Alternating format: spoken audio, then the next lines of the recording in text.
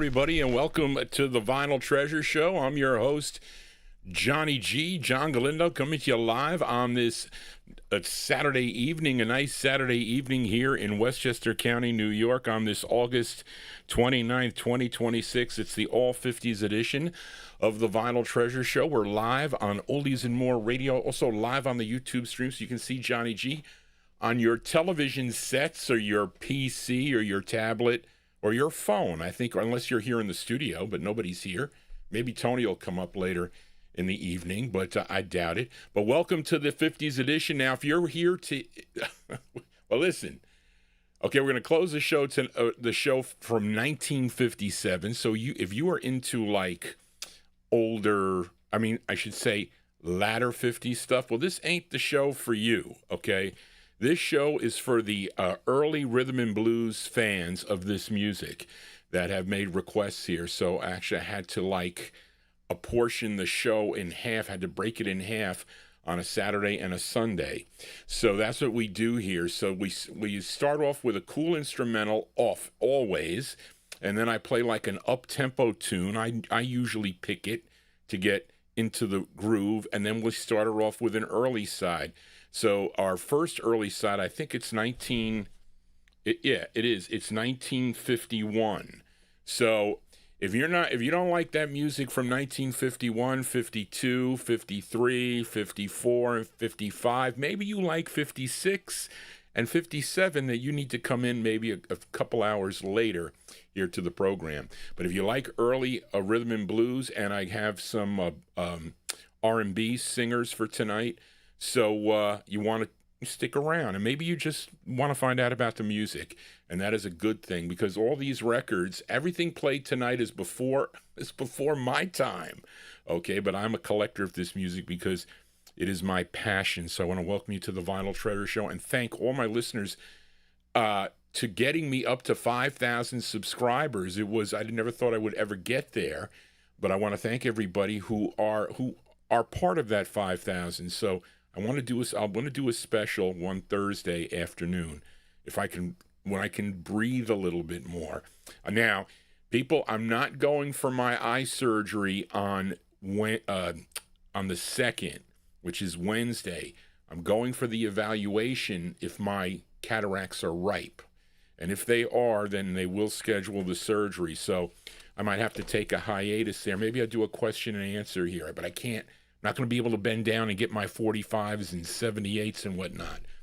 So anyway, just so everybody knows. But anyway, we opened up with a cool record. I'm sure many of you remember that tune, maybe when you heard it back in the day when it came out, or if you were like me when I first heard that record, okay, which was on, it was the opening theme song to the Time Capsule show on WFUV for not always, but at least sometimes.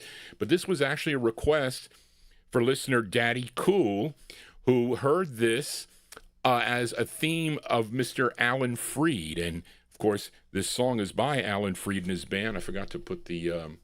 no, we're not doing commercials. We're not. I got to go to live chat. You have to go to live chat to get so the bots show up.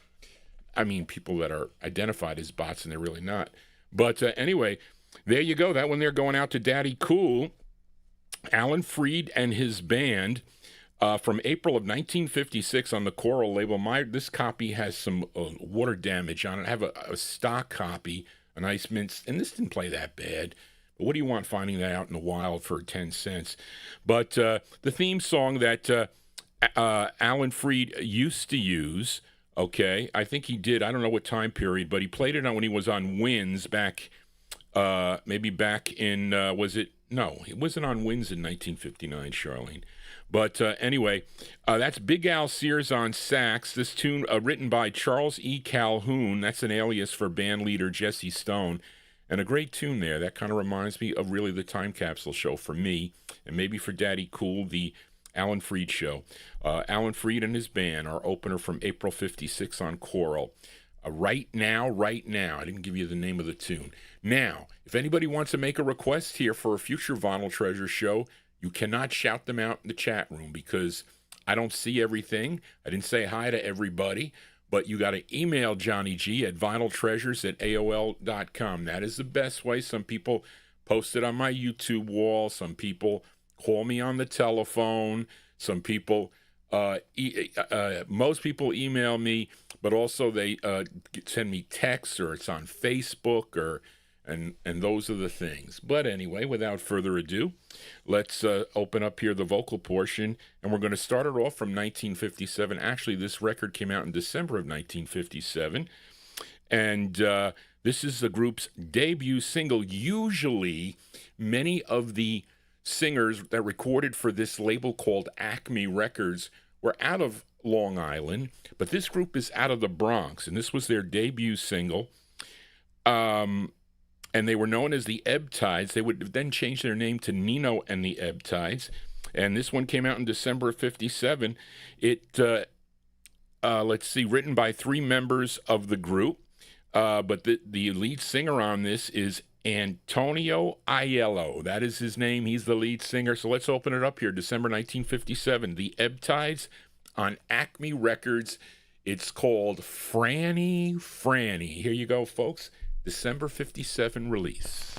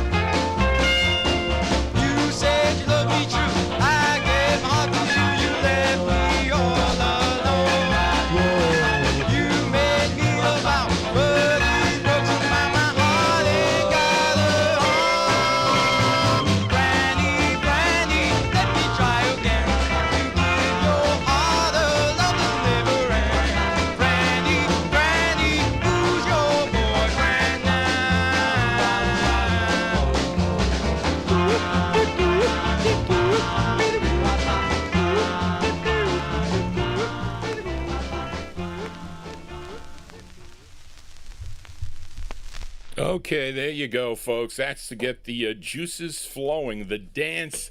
Although we're going to slow it down, but I usually open with an up-tempo tune there.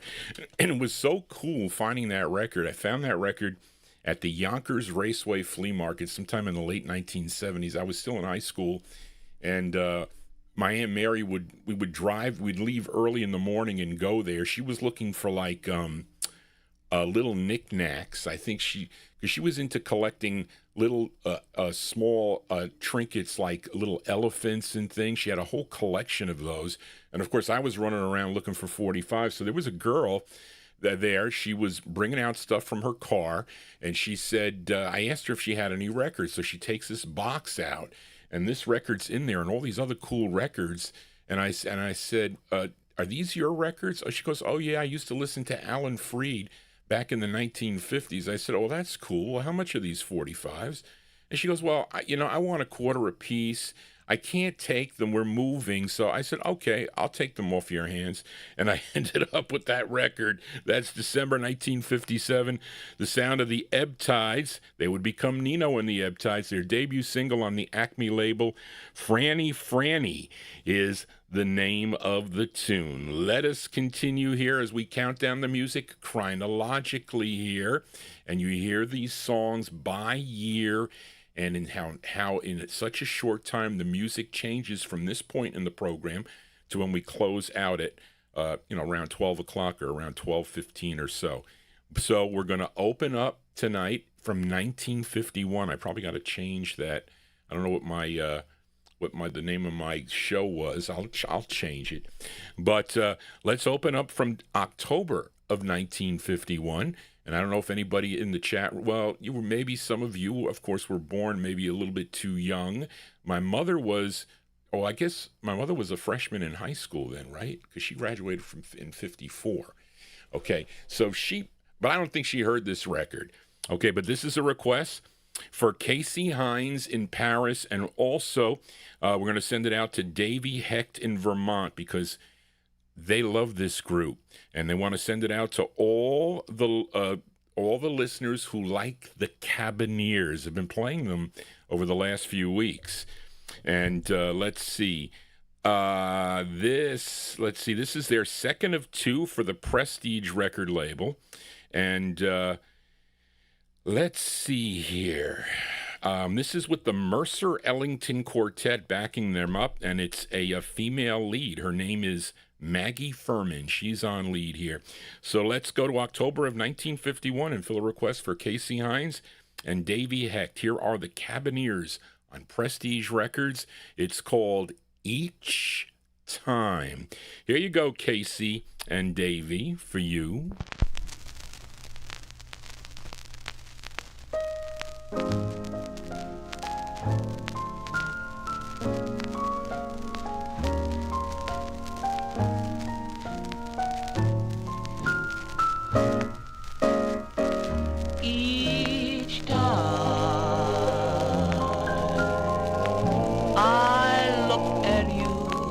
It's a thrill of a lifetime, like the thrill of the first time. Your eyes met mine. Your eyes met mine. Each time I hold your hand, it's a thrill so divine, like the thrill of the first time I held your hand. I held your hand. So this is it, and I'm so happy you came my way. This is it. My heart knows this feeling is here to stay each time. Your lips touch mine. It's a thrill so sublime, like the thrill of the first time. Our hearts entwined, and darling, each time seems like the first time with you. First time with you.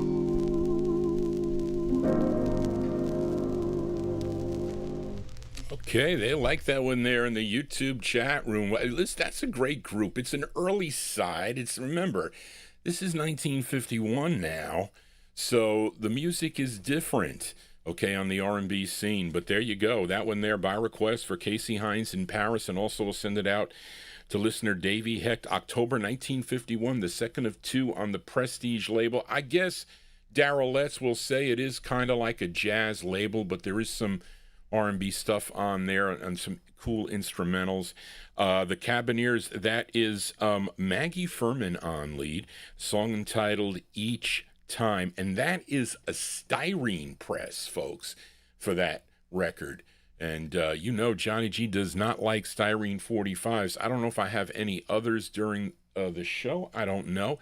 But I've got to mention that I have two reproductions, two records that I had requests for that I don't have on a 45 or 78. And I have one, I think, that only came out on a 78. And it's, I think, in the 1954 block. I have two big blocks tonight, 1954 and I think 1956 are the two big blocks. But let us continue here.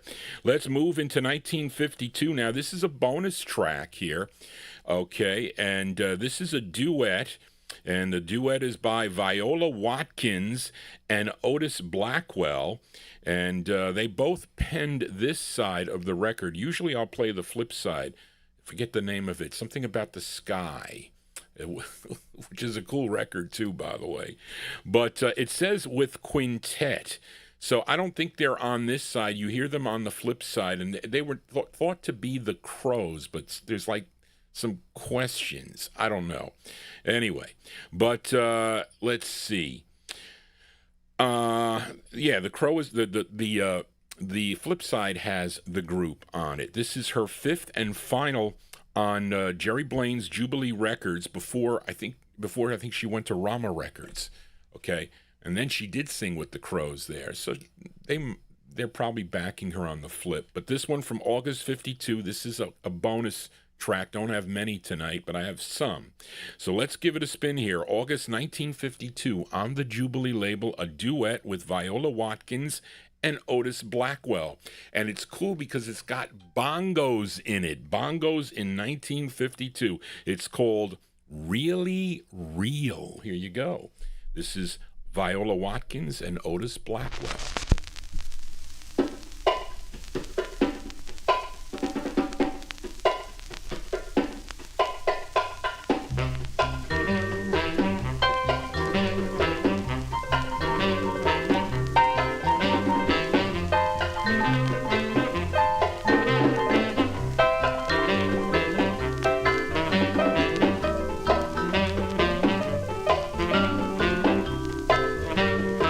Well, this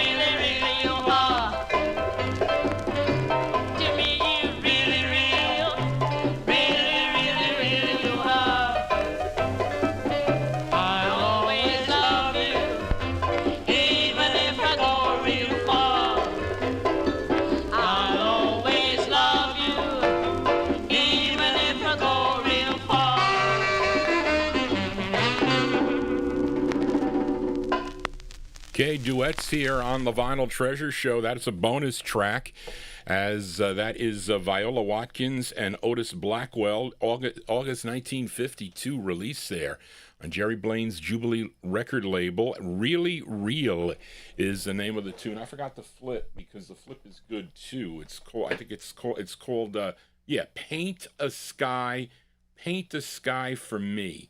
I think the last time I played that might have been for Frank Chingaro, I think, here on the program anyway.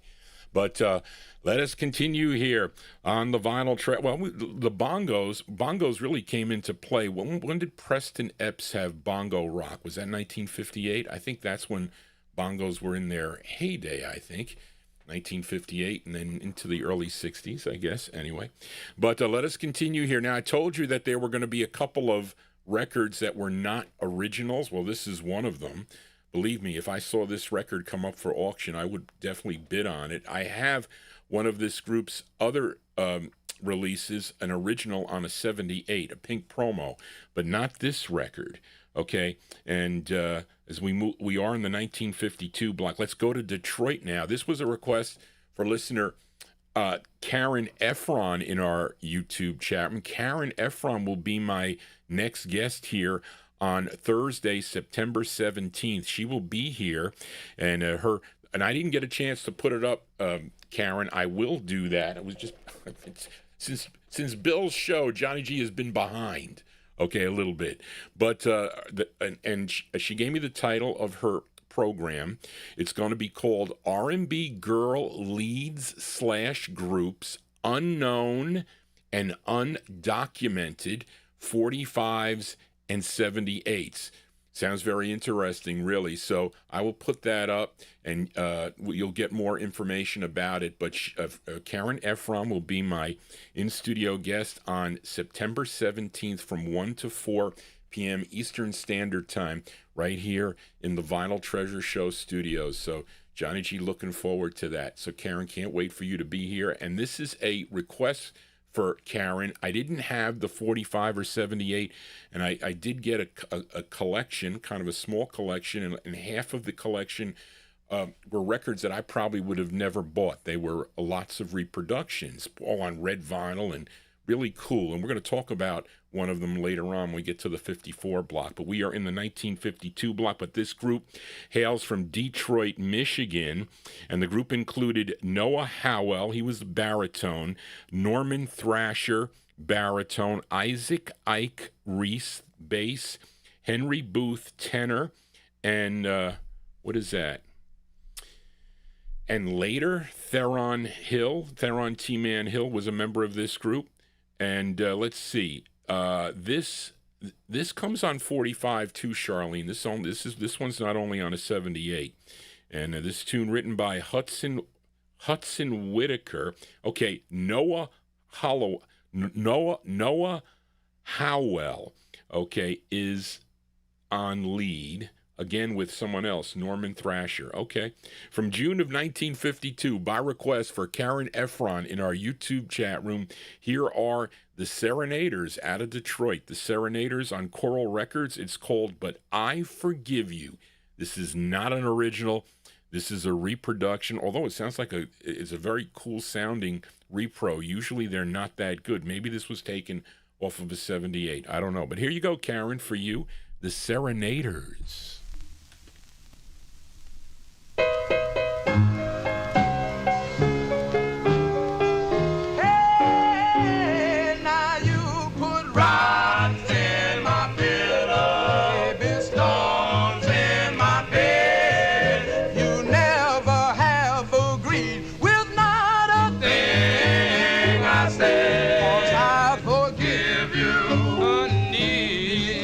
I love you, yeah.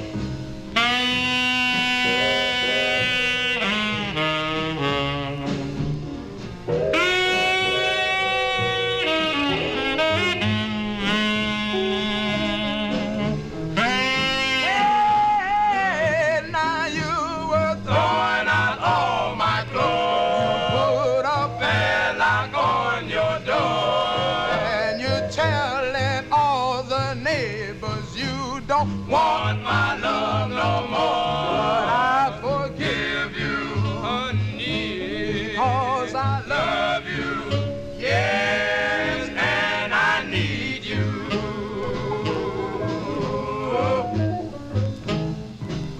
Well, you know I love you, darling, and I want you back again.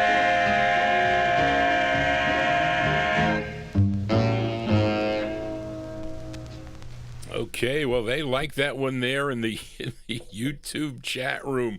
Listen, this has been on Johnny G's want list for a long time, since I started having one. I could just hear Alan Freed playing that record. I really could in the background. But that's a cool tune. Those are the Serenaders, June 1952. It's on Coral Records. Okay, I'll take a 78 or 45 of it. It's called But I Forgive You. That one they're going out to Karen Efron in our YouTube chat room. She will be my in-studio guest on September 17th, 2026, a Thursday afternoon from 1 to 4 p.m. Eastern Standard Time. So stay tuned for that. Let us continue here. We move into 1953. This is a flip side request for listener Daniel Kubacki in our YouTube chat room. Featured this group from Harlem, New York last week for Jack Saperstein, the Five Willows. We played the ballad side. It was called My Dear, Dearest Darling.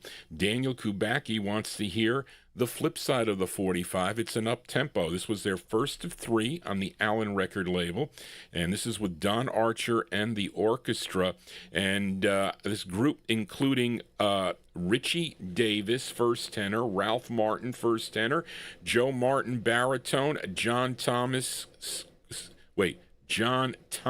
Scooter Steele, the bass, and I think the lead singer on this, I still think it's Tony Middleton. Say it's wrong, somebody let me know. Big Dave Swinger, I think Tony Middleton on lead. I don't know, but from May of 1953, going out to Daniel Kubacki in our YouTube chat room. Let's give a listen to the Five Willows. The Five Willows on Allen. It's called Rock Little Francis. Here you go, Daniel, for you.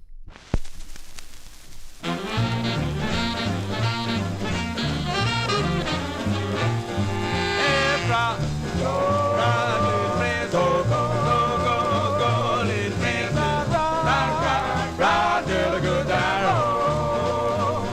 Well, as I was walking down the street, well, I had to meet.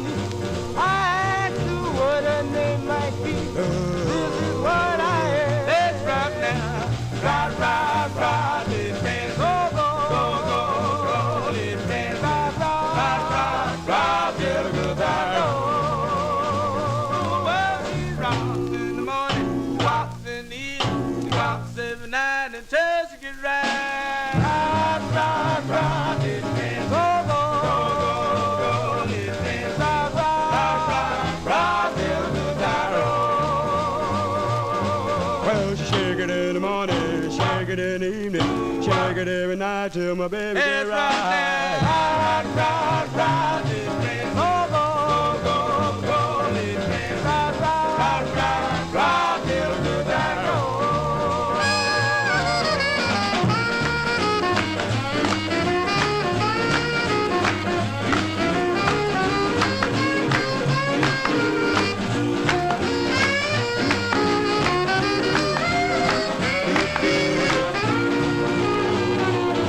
Well, as I was walking down the street, I heard I had to read. Well, I asked her what her name might be, and this is what I heard. Let's rock now, rock, rock, rock, little friends, go, go, go, go, little friends, rock, rock, rock, rock, till the good time roll. I said rock till the good time roll.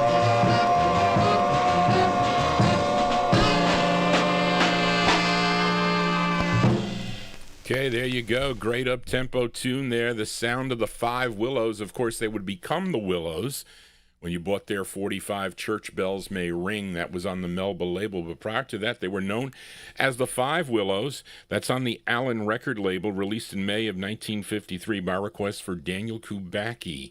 Rock Little Francis is the name of the tune, and thank you for that, Big Dave Swinger. Tony Middleton on lead for that one. We continue here for Saturday evening. Hope you're digging on the tunes, folks. If you do, please give Johnny G a thumbs up. Those things are important as far as the YouTube YouTube podcasters and creators go. YouTube changed their algorithms or whatnot. They did something about with the clicks on the videos and whatnot. So things have like kind of increased, and it's kind of weird to try to understand that. And I don't know what's behind it or why, but listen, I only broadcast here. We're just like listening to the cool music, and you get to see these labels and whatnot. But let us continue here. Let's fill a request now for Jack Saperstein as we go to George Goldner's. I think at this time it was newly formed Rama Records, and there's no info on this group. And this is pre Jimmy Wright and his orchestra days. Bert Keys, I think he was the band, the house band at the time, and he directed this session for this group called the Five Buds. They had 2 releases on the Rama record label. This is their second from February of 1953, going out to Jack Saperstein, who had this record in his collection at one time. The Five Buds on Rama. It's called I Guess It's All Over Now. Here you go, Jack, for you, the Five Buds.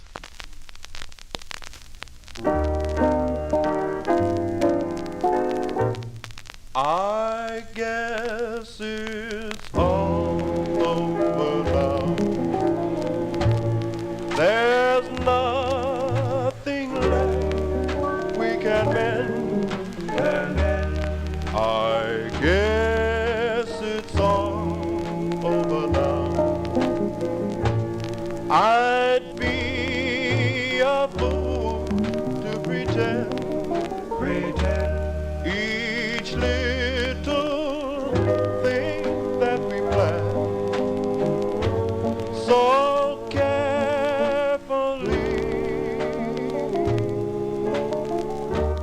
brings joy to somebody else, but tears to me. How could you forget so soon? Your promise never to part. Did every kiss neath the moon just reach your lips, not your heart? It seems so funny that you would prove untrue somehow.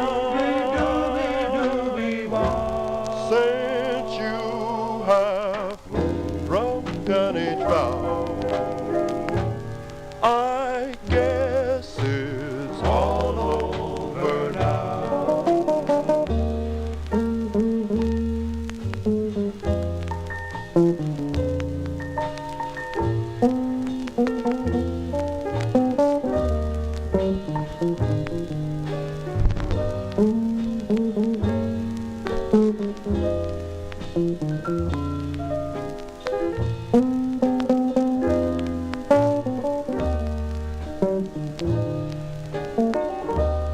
It seems so funny that you would prove untrue somehow.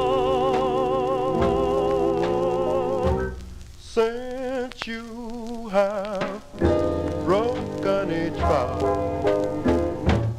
I guess it's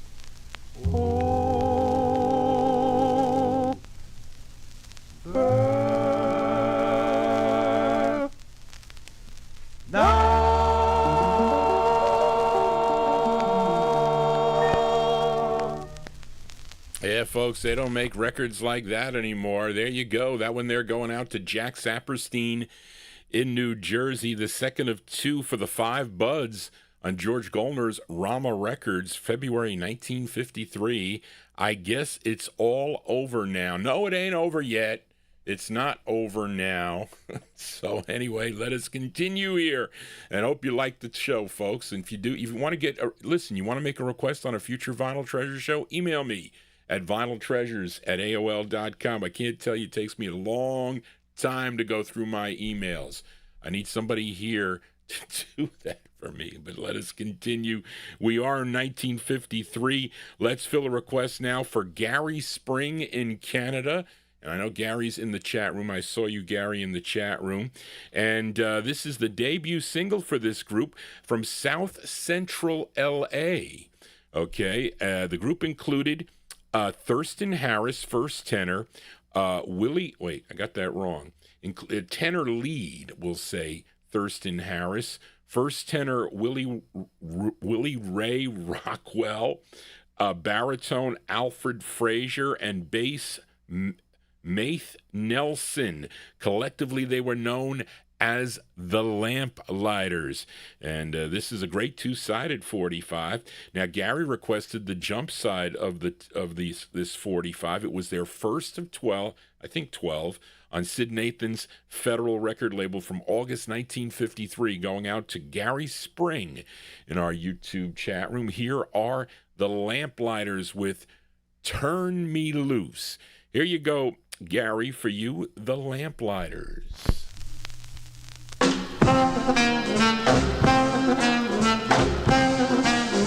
Turn me loose. Turn me loose, turn me loose. Don't hold my hand. Turn me loose, turn me loose. Turn me loose. Turn me loose, turn me loose. I ain't your man. Well, you've been going around bragging, telling lies, telling everybody that I black your eyes. Turn me loose. I ain't your man. Well, turn me loose. Ain't no need crying. Oh, baby, I knew you were lying. Well, when you want a little money, you can be so sweet. Next thing I know, you're out in the streets. Turn me loose. You know I ain't your man. Oh, you don't love me, baby. Please, baby. If you don't want me, baby, please. Oh, baby. Oh, baby, please.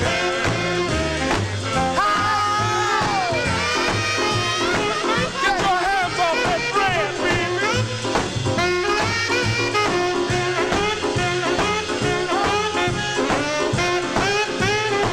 Oh, please. She don't love me. Oh, turn me loose. I'm on my way. Turn me loose. Ain't got a long stay. Oh, you coming high. Fumble around. Next thing you tell me, you gotta go downtown. Turn me loose. 'Cause I ain't your man. Oh, baby, make her turn me loose. Oh, nigga, please. She don't love me no more. I go out and work hard every day. Yeah, well, they're liking that one there in the YouTube chat room. Great sound there. That's the debut single for the Lamplighters. I don't think that's Thurston Harris on lead. It's one of the other guys, I'd say. But I think he does the ballads, I think, Thurston Harris. But maybe he does the up-tempos. I don't know.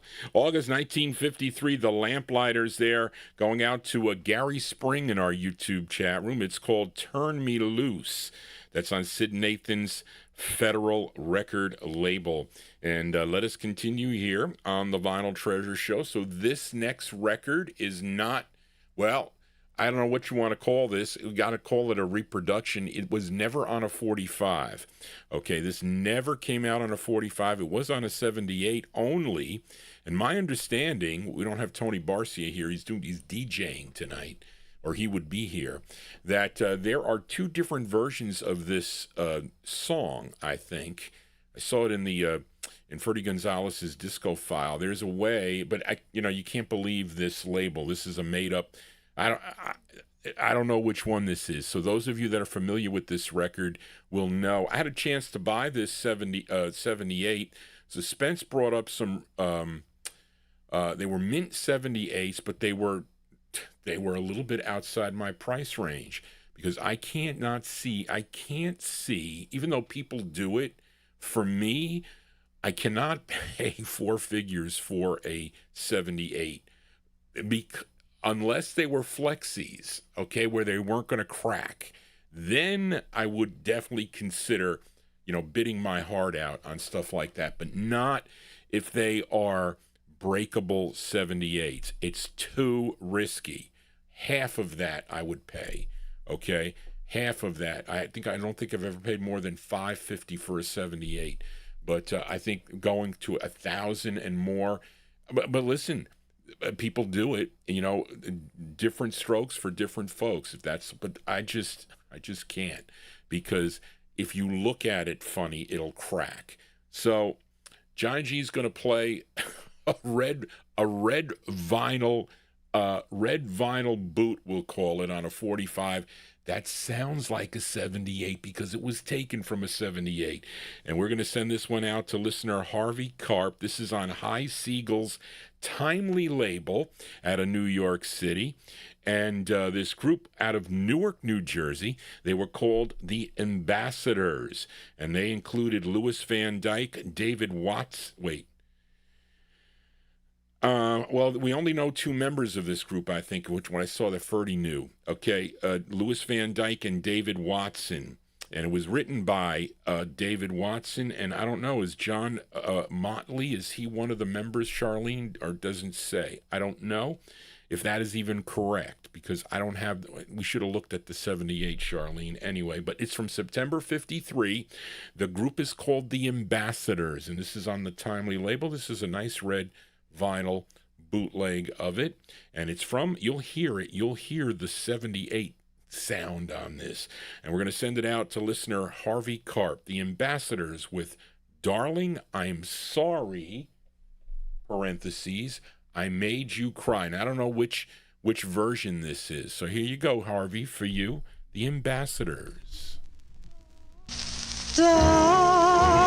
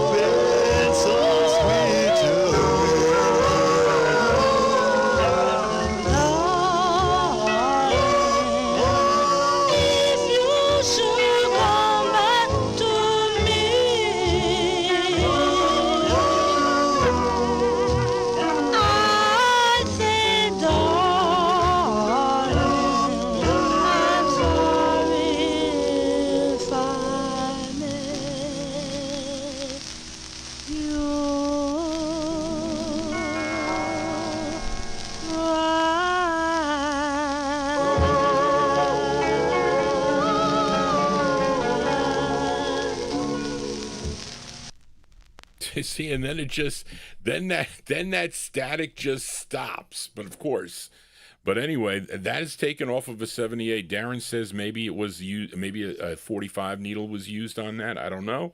Couldn't tell you. September 1953. Those are the ambassadors on the Timely record label. Darling, I'm sorry. Parentheses. I made you cry. We're gonna send that one out to Harvey Karp. It's not that I wouldn't buy 78s in the mail, because I have done that. I just won't pay $1,000 for a 78. I will do that for a 45 and tack on some more on that, but not for a non-flexi or a breakable 78. They're too fragile, and so even sitting on the shelf with the temperature changes, they can crack. I don't mind if I pay $50 for it, or even $100 for it. It may crack, and so be it. But I'm not going to pay $1,000. And this one had an $1,100 price on it. I said, Spence, can he go down on this record? Okay, and he had the other one, the Swallows. He had a nice copy of the Swallows record, and I said, I can't pay this. I'm not going to do this. I'd rather spend that on a nice 45 that I need if I'm going to pay $1,000 on a record, not on the 78. But some of the guys did.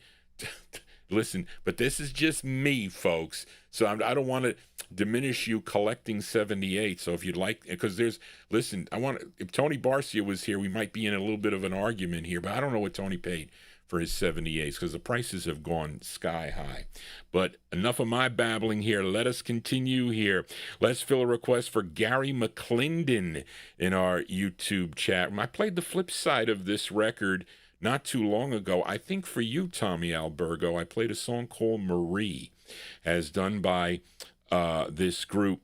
They originated out of Deke Watson's Brown Dots, but of course they would record for Jerry Blaine's Jubilee record label. They had 15 releases on the label, and this was their first. And I played the flip of this for Tommy Albergo a while back, a song called Marie. But Gary McClendon requested the flip from September 1953. Let's give a listen to the 4 tunes. The 4 tunes on the Jubilee label. It features Jimmy Nabby on lead. It's called I Gambled with Love. Here you go, Gary McClendon, for you, the 4 tune.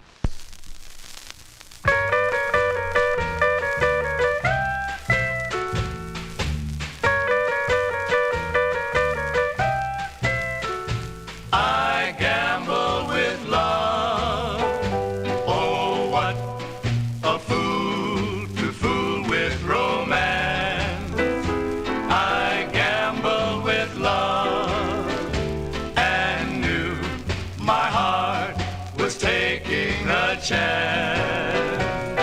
How could I know that fate was playing with me, taking a hand in my destiny? I gamble with love, and now the game has come to an end. Who can I blame for your goodbye? One spin of romance, and I took a chance, not knowing the price I'd pay.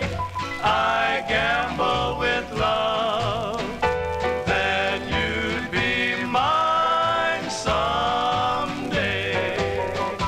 I gamble with love, and now the game has come to an end. Who can I blame for your goodbye?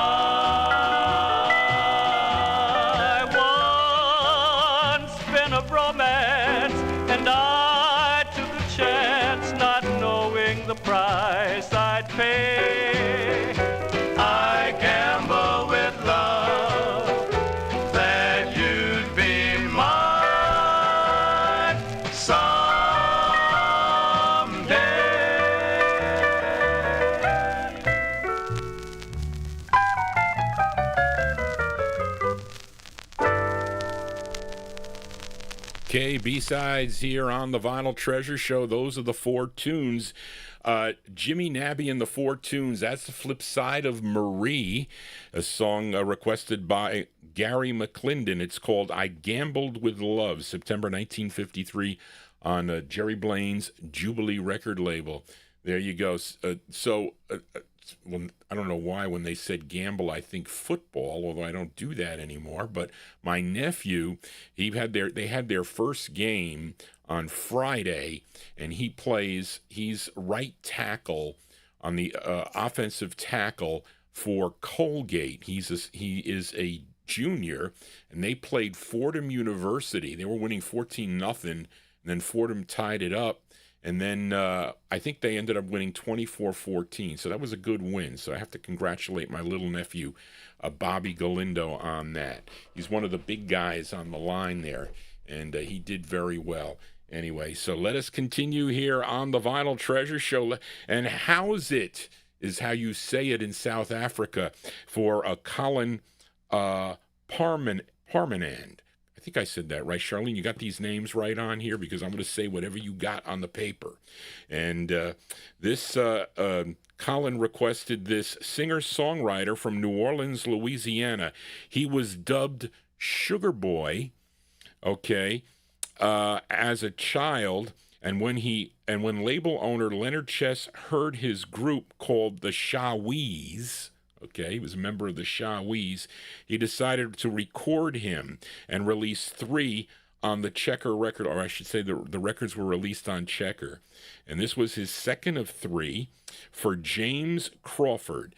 James Crawford, a.k.a. Sugar Boy, and his Cane Cutters, okay, from February of 1954. And let's see, in 1965, the Dixie Cups would have a top 20 national hit with a song called Iko Iko on the Redbird label. And the song sounded so much like this song, okay? And I thought I was going to get a copyright strike with this at one point, but I went to check the last time I played this, and it played. So we should be good with this, okay? But Crawford actually sued them, sued the Dixie Cups, and he won 25% of whatever they made of their public performances. So that's a pretty cool thing. But anyway, let's go to February of 1954 by request for Colin in South Africa. Sugar Boy and his Cane Cutters on Checker Records. It's called Giacomo. Here you go, Colin, for you.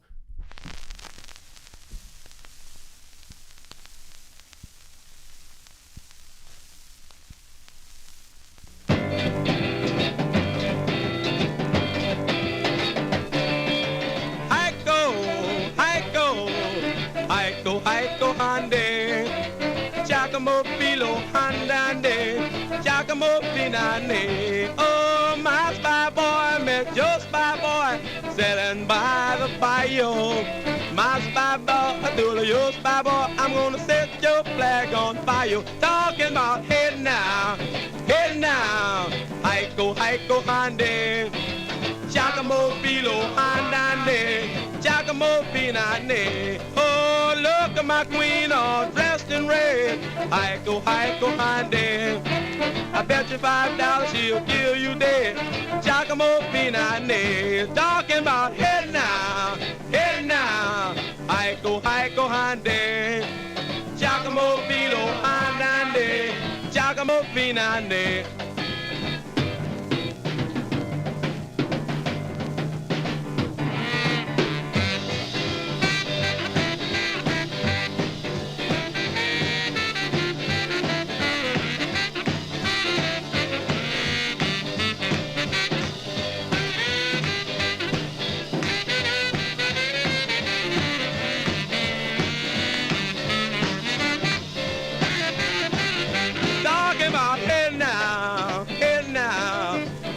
Hiko Hande, Giacomo Filo Handande, Giacomo Finane. Oh, Hiko Hande. I'm having my fun on the Mardi Gras day. Giacomo Finane, talking about hey now, Hiko Hande.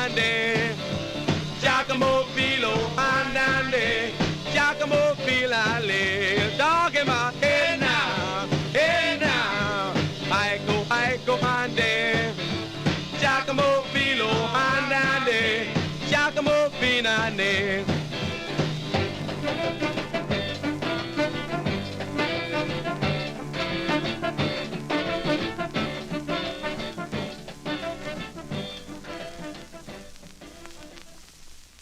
Okay, there you go. That one there going out to Colin in South Africa. The sound of Sugar Boy and his Cane Cutters. And that is James Crawford there on lead. And yes, that the Dixie Cups were sued by him, and he ended up getting some money out of their hit on the Redbird label. But this one came out in February of 1954 on Checker Records, song entitled Giacomo is the name of the tune. Johnny G is your Giacomo disc jockey here for a Wednesday evening. We're live on Oldies and More Radio. If you'd like to listen to the stream, that's oldiesandmore.com, or you're here on the YouTube stream. I hope you're digging Johnny G on your TV sets. Never knew that I would be a TV star. Not that I am. I am not. I am a nobody. But let us continue here. I just like to play my records and talk to my audience about the 45s. And this is not an easy 45 to have. We are in the 1954 block, which is probably one of the bigger blocks for this evening. But we go back out to Los Angeles, California, this time with a request for listener John Cummins. And you know this group, okay, but you knew them when they were on the Mercury record label. But this is probably their hardest record to find. Probably, I think out of all their records it would be. Definitely the hardest on the Federal record label. And, of course, Buck Ram will become their manager and take them over to Mercury Records with the Penguins, too. That was the deal. It was like a tag team going over to Mercury Records. But prior to that, they recorded for Sid Nathan's Federal record label. This was their second of 9 and their hardest to find. And it features the great Tony Williams on lead from January 1954. Here are the Platters on Federal Records for John Cummins. It's called I'll Cry When You're Gone. Here you go, John, for you, the Platters.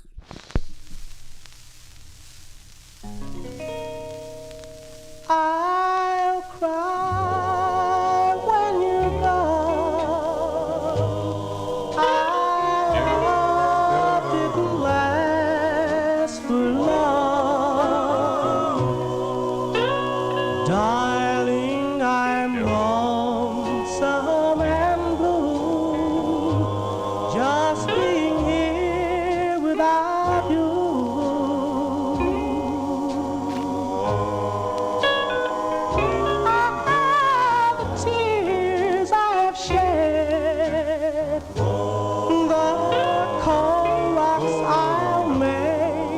My bed, yes, the thing that I done wrong. I'll cry when you're gone.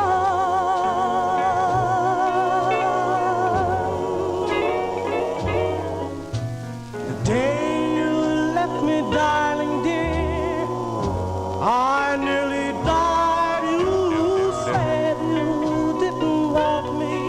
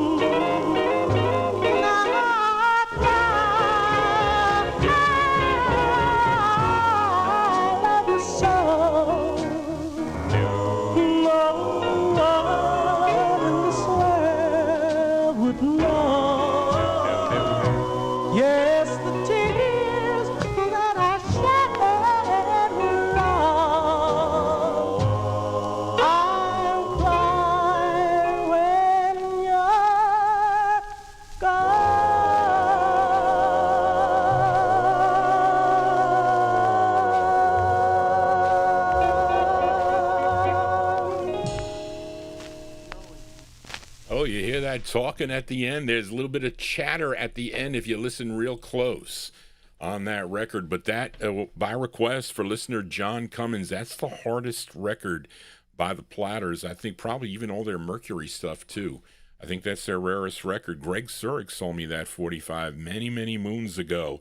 January 1954. Those are the Platters. What did I say that was? Their second of 9 for Sid Nathan's Federal record label. I'll Cry When You're Gone. That's a great Tony Williams on lead for that one. Let us continue here. We're going to do actually a comparison with the next 2 records, okay? First, we're going to play a request for listener Tommy Albergo in our YouTube chat room. Then we're going to follow it up with a request for James Pomerico, because he asked me for this. I wasn't sure I had it, James, but it was in the collection that I purchased, because I would have never bought the record back on, I think this came out, I think, James, you mentioned 1971. Okay, but we're going to hear the original first. Of course, this great group out of Harlem, New York, and I'm talking about the Solitaires. Okay, this was their second release on High Weiss's Old Town record label, and came out in June of 1954, and it features Herman Curtis, a.k.a. Herman Dunham, on lead. And it was a request for listener Tommy Albergo in our YouTube chat room. Then we're going to follow it up with a 45 on the Stolper label. And I don't know much about the person who owned this label, but his name was Jeff Stolper. He's on Facebook. I thought at one time he was a Facebook friend of mine, but I guess not. But he supposedly put this record out on his Stolper label. But I don't know much about Jeff. I'm assuming he's a collector. Some of the old-time collectors probably know, but I don't know. But this group is called the Five Bells. Now, I don't know when they would have copied the Solitaires record, because it sounds later than 1954 to me. Somebody had 1960. I went to look on Facebook to see if maybe he had some information on this group. Couldn't find anything. Louis doesn't have anything. Freddie Gonzalez has it, I think, in his unreleased stuff. So I'm just assuming this was an unreleased master that he got his hands on and he put it out. And it seems to be the only record on the label. There's nothing else on 45 Cat. I don't see it. But anyway, so we're gonna play the Five Bells version for James Pomerico. I think is tuned into the program. James, say hello to you and your wife if you're tuned in to the program.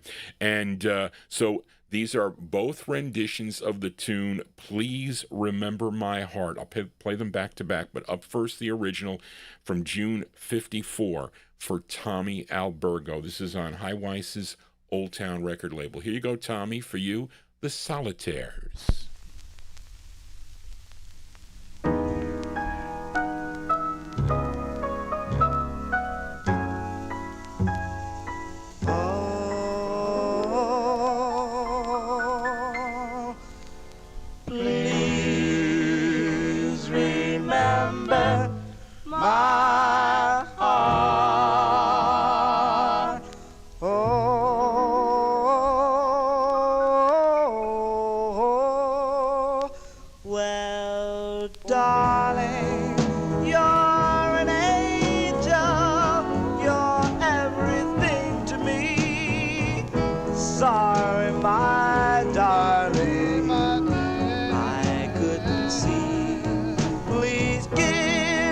Give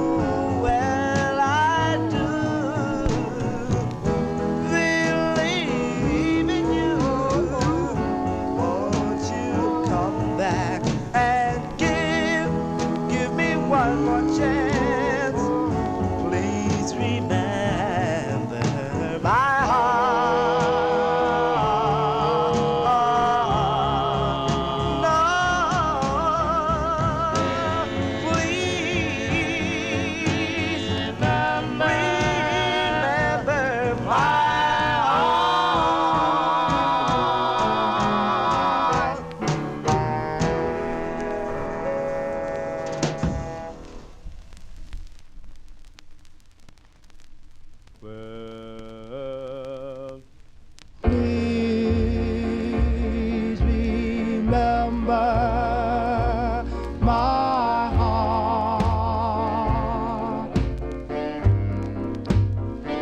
Well, darling, you're an angel, you're everything to me.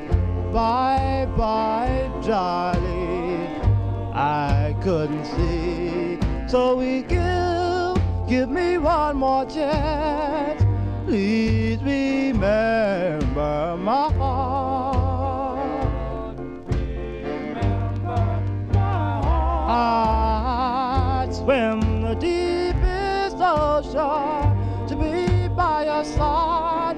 You're my only emotion. I couldn't try. Please give me one more chance. Please remember my heart.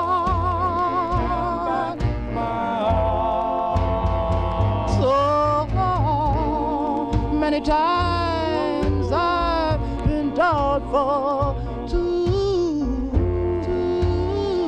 a new love affair. Let my love remember you, my darling, where I love you so. Well, I swear I should. Please be my little girl. So please give me one more chance. Please remember my heart. Remember my heart.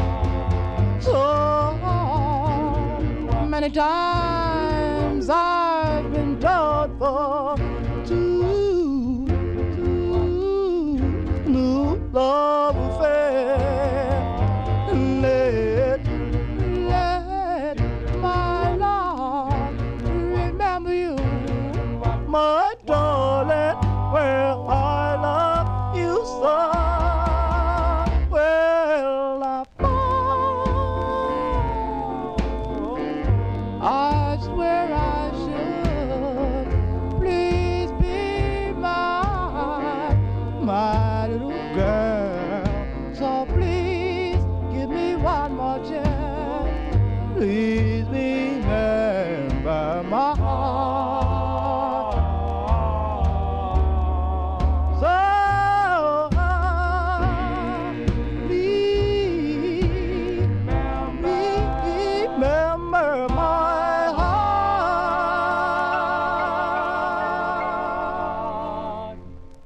Okay, there you go. You had a bad listen. You really can't compare, of course, the original as done by the Solitaires to that, but it really is a comparison. It's not that bad, really. And I don't know anything about that. It doesn't sound like a 1954. It doesn't sound like the early Solitaires time period. It sounds like something a little bit later than that. But that one there requested by James Pomerico. Those are the Five Bells. It's on Jeff Stolper's Stolper label. And the Five Bells with their rendition of the Solitaires tune, Please Remember My Heart. Prior to that, we heard the original from June 1954 on High Weiss's Old Town record label with Herman Dunham, a.k.a. Herman Curtis, on lead. And that one there going out to Tommy Albergo in our YouTube chat room. Bust the bass, you think Johnny G's singing? I cannot sing. You should hear me sing Happy Birthdays. I totally drowned out the... They're like, tell Johnny not to sing because I'm off key. I used to sing. I remember the song I did was, I think it was called Here, it was either Ring Those Christmas Bells. I remember I told this story before. The music teacher was Mrs. Gurney. This was in like 5th or 4th grade when maybe I had a voice at the time. Although my aunt told me, she said, Johnny, you sound like Jay Black of Jay and the Americans. I said, what? I said, no, I don't. I'm not singing. I can't sing. Maybe I could do bass or something. I don't know, with the baritone voice. Anyway, I babble on here. Hope you're digging on the tunes tonight, folks. Thank you all for tuning in. Want to say hello to everybody. Hopefully I did not miss anyone in the chat room. I apologize if I missed you, but let us continue here. Let's fill a request for listeners Frank and Jerry Gingaro in our YouTube chat room as we go to Philadelphia now. And this group got me fired from the previous station that I was on. They told me that I played funeral music. Okay? And I know many of you in the chat room were here on that day that they fired me right on the air. Right on the air, they fired me. And totally dissed my listeners, too, which was kind of rude of him. But this great group out of Philadelphia, they recorded for Herb Slotkin's Grand record label. And let's see. I had a little note here. They are singing about my favorite non-alcoholic drink. And you know what that may be? That is coffee. You're not supposed to drink too much coffee. I don't drink as much as I did, okay? But I make the coffee every morning. I have to get breakfast ready for my father and my parents. So I put on the Pyrex percolator. We have the percolator that you got to put a filter in. And now that Tony's here, I have to really go way high with it. But we don't like the stove. It kind of like boils over. You got to be careful about that. But I like coffee. I am a coffee drinker, and I have to have half and half. Have to. I could take cream, but I take half and half.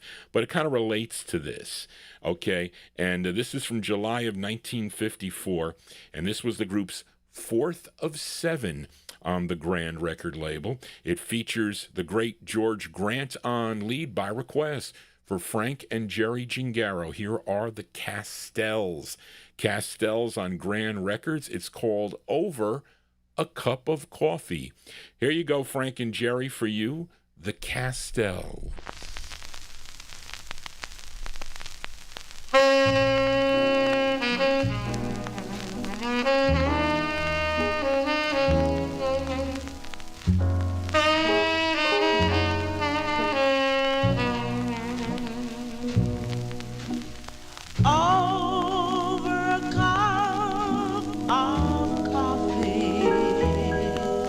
I sit and I cry for you. When little do I know that you found someone new. I gaze at the stars in the sky and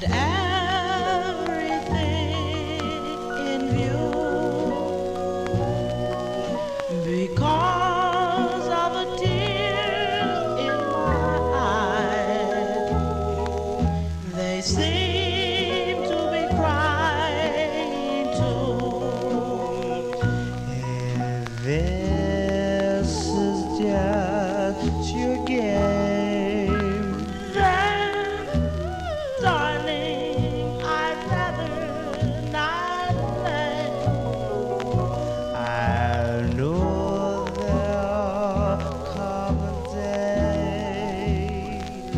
when you won't feel this way. Over a cup of coffee, I sit and I cry for you, because you have done me wrong. I have tears in my coffee too.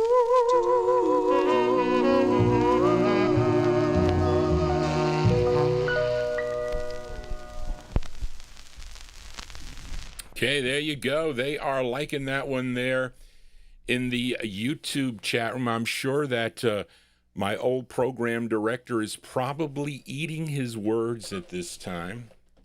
Listen, what could I tell you? The people wanted it. And that's what they get, and I have it, so I'm going to give it. There you go. Great tune there. They like that one there in the YouTube chat room. The great sound of the Castells. George Grant and the Castells from July 1954. That's their 4th of 7 for Herb Slotkin's Grand Records out of Philadelphia. Over a Cup of Coffee.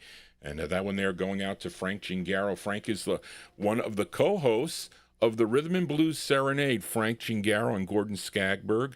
They are on WRHU FM 88.7 on the dial, broadcasting out of Hofstra University, and on the net, WRHU.org. They are on Sundays from 3 to 5 p.m. Eastern Standard Time. Tomorrow will be a rebroadcast. They will not be live tomorrow. I think, Frank, I think you said for the next couple weeks, this week and then next week, because it's going to be like I think it's Labor Day weekend, right? Yeah.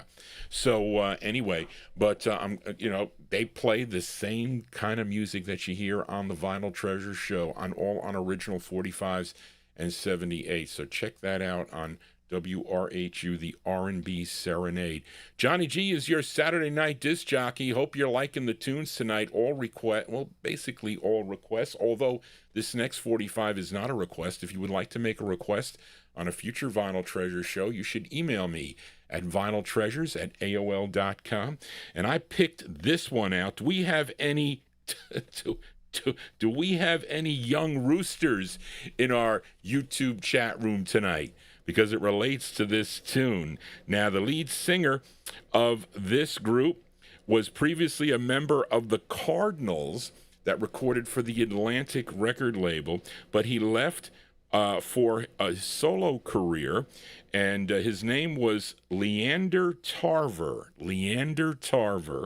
and he shortened it to Leon D. Tarver, and he wrote this tune. This came out on the Checker record label.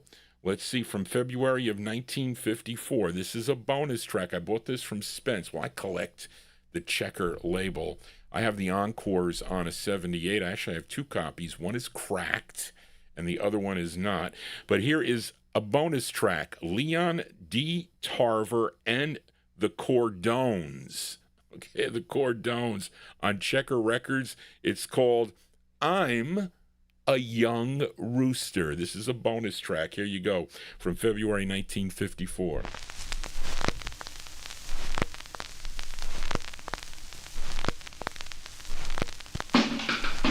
I'm a young red rooster, got a real old hen.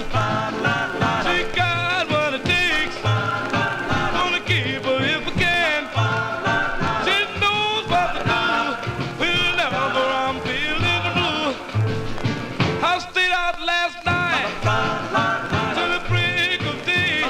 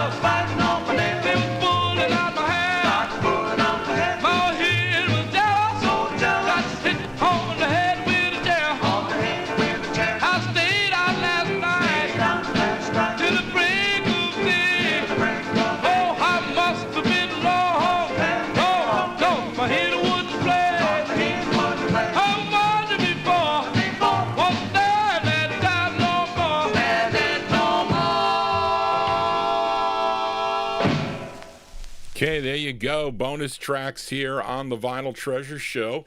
And that one there, Daddy Cool, you dancing along with that record? Because that is a swinging tune, we got to say. Leon D. Tarver and the Cordones from February 1954. That's the release date. It's on the Checker record label, I'm a Young Rooster. And let's see, I got here some other information. That's a bonus track, folks. It says Tarver asked Leon Chess for his royalty payment and was given a net of $37. Okay, $37. And a long list of expenses negated the gross sales that Tarver threatened to sue Chess. And then that was it. Chess never released another 45 by him, and he was done. That was it. So I guess you can't threaten the label owners. They're going to get kind of upset about that. Maybe that's not the case nowadays, but it's so totally different today. Totally different, the music business today from back in early 1954. Anyway, let us continue here, and let's do the Collector Corner Record of the Week. We're going to talk about this record a little bit because there is currently one available for sale, and a lot of people, they don't know about, because there's a bootleg of this that comes out that looks really, really good, but there is a way to tell the difference between the reproduction and the original. Okay, now, my copy, okay, I bought my copy from Greg Surik, who did get his authenticated by Val Shively, and there is a way. So this is an original that I'm featuring, and the record is not thick, it is thin.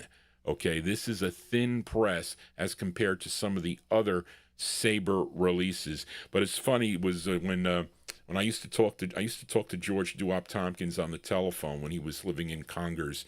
He was right across the river from me. He would call me often, and he said, well, Johnny, this is one that's going to smoke your socks off. That was his saying. He coined that saying, and he actually gave me, in the back there, you can't see it, he gave me his poster, and it's like 2 feet that looked like they were burnt. The shoes were burnt off. I used to hold it up to him when he used to tune into the program.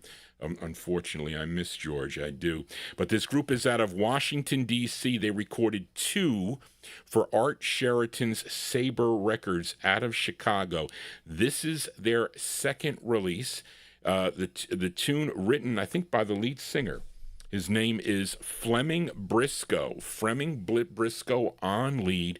This is from June of 1954. This is our Collector Corner Record of the night. I think I have another one coming up for Larry Neal later. But here are the 5 blue notes on the Saber label. It's called The Beat of Our Hearts, our Collector Corner Record of the night. Here you go, folks. The 5 blue notes. You know my heart is true. It beats only for you. And if I tried, I still couldn't hide this love that's burning inside. Let our hearts beat as one. Oh, truly true love is fun. Under the moon we will dance to the tune. The tune is the beat of our hearts. For you are my life delight. And let me drink my fill. I love you now and darling. Oh, oh, I always will. Let our hearts beat as one. Oh, truly true love is fun. Under the moon we will dance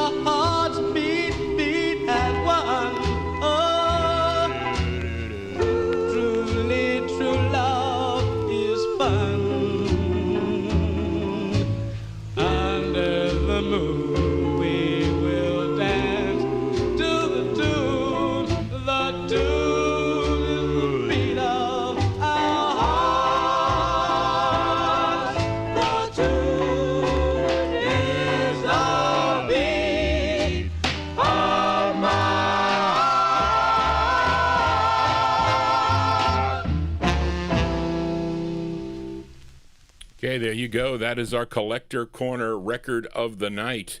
That is the sound of the 5 Blue Notes. 5 Blue Notes on the Sabre record label from June of 1954. That's Fleming Briscoe on lead. He wrote the tune also, The Beat of Our Hearts. Now, there is currently this record, an original copy of this record is available on YouTube, Don Folletti's auction.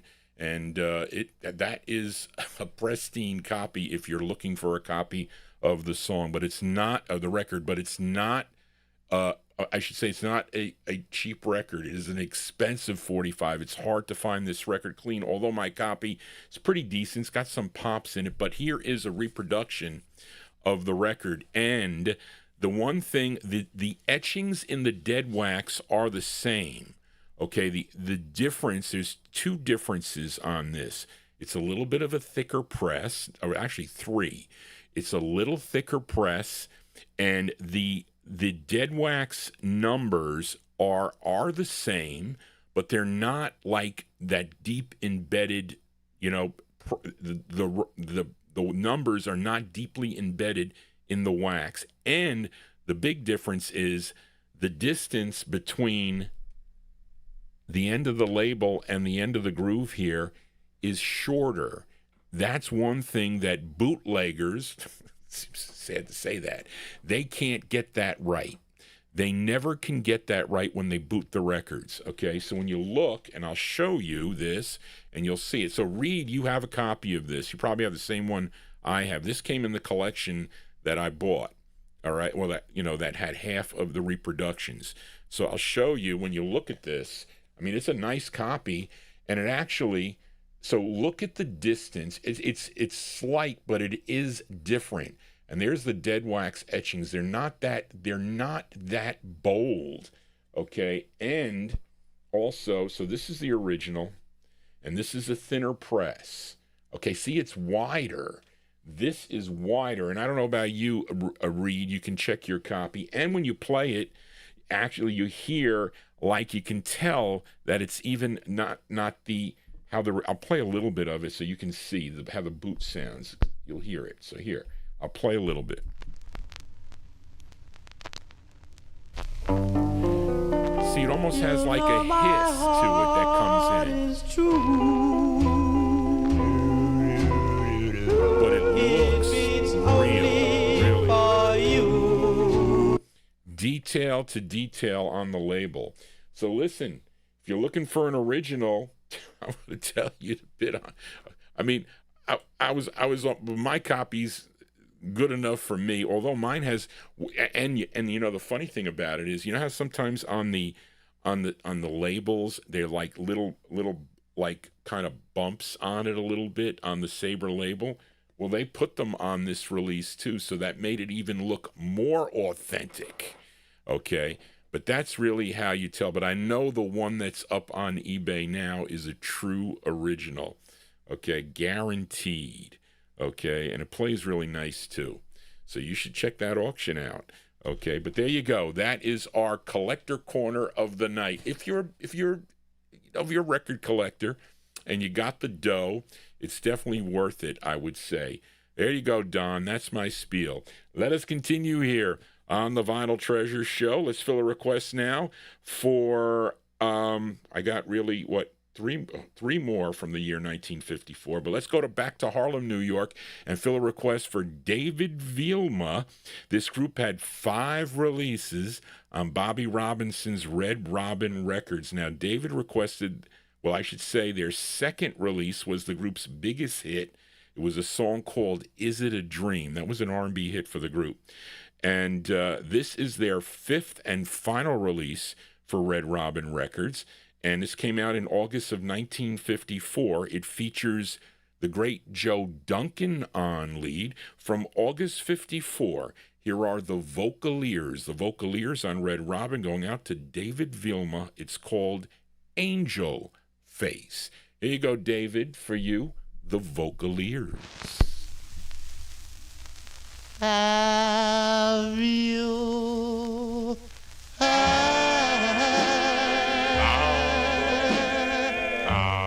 I love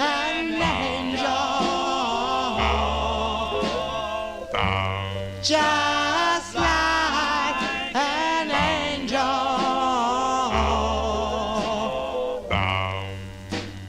High above the stars.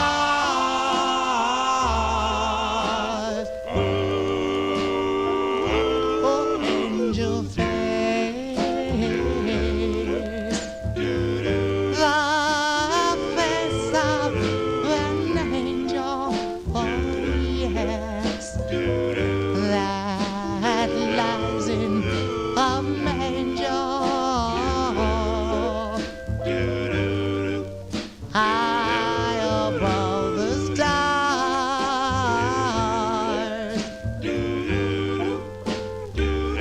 lovely face, the dream just to know you, my dear, to comfort and hold you, my love. With love light in your eyes, love in your eyes, must I stand stranded here, commanded here by a love that is false? Must I be? No, can't you see that this love is rightfully yours? Ah, angel face,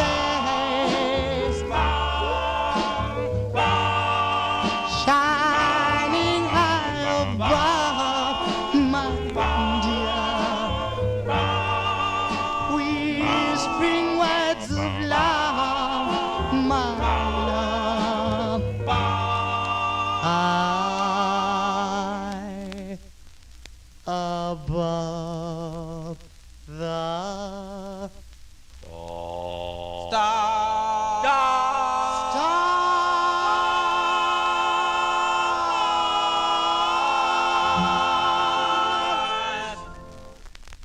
Okay, there you go. The sound of the Vocaliers here on the Vinyltreasure Show. That one there by request for listener David Vilma, August 54. That is their fifth and final release for Bobby Robinson's Red Robin label. Angel Face is the name of the tune, featuring Joe Duncan on lead for that one. We have two more from the year 1954. Let's fill a request now for Vince Agnelli in our YouTube chat room. He emailed Johnny G, and he said, Johnny, can you play anything by the Five Keys or the Clovers? Well, I said, on Sunday I'll play you the Clovers, and on Saturday I'll play you the Five Keys. But I wanted to think of something that maybe I haven't played here in a while. Well, I haven't played this because this was in the collection that I ended up picking up. And it was interesting because this song never really came out. I mean, if anything, there's like no documented sales of this record. It was recalled on the day that it came out. Okay, and this was at the time when their contract was up with Aladdin Records, and they were kind of maybe looking for another record company at the time. So they ended up somehow on RCA Records, or with RCA, and they had a session on RCA on July 1st of 1954. And so what happened was there was a scheduled release. They were going to put this out, not on RCA, but their Groove subsidiary. That was their R&B label. And they were like all ready to go. The records were all ready to mail out, but they were pulled back on the same day. So I've never seen this record anywhere. I've never seen an original copy. I'm sure there is, or if they were, maybe they were destroyed, or sometimes the record companies would tell you to destroy the record or send them back. And listen, you think every radio station was going to do that? Probably not. But this, they pressed them up, and they were going to send them out, but they pulled it back. And I'm talking about the Five Keys. Okay, and somehow, maybe this came out on a CD or whatever, but the sound quality isn't the greatest on this repro. But I mean, where are you going to get this record, really? Maybe on the CD it sounds better. I don't know. I probably have it, because I have all George Tompkins CDs and some other CDs from other people. But anyway, this features Marilyn Pierce on lead with Ripley Ingram. He's on the bridge. And we're going to send this one out to Vince Agnelli in, where's Catlett, Virginia? Okay, and this will say August 1954. It's a great record. The 5 Keys on Groove Records. It's called I'll Follow You. Here you go, Vince, for you. Did you ever hear this record, The 5 Keys? If you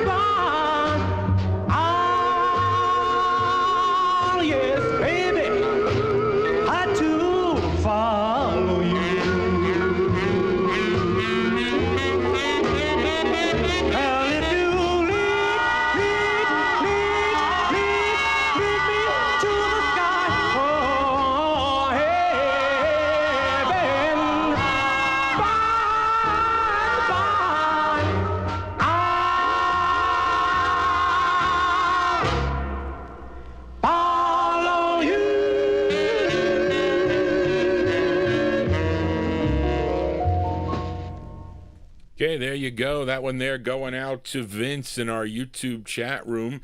That's the great sound of the 5 Keys that never was, although there it is on a reproduction groove record label there. The 5 Keys, that's Marilyn Pierce on lead. Song entitled I'll Follow You. And I think Capitol announced the signing of the 5 Keys sometimes around the last week of August.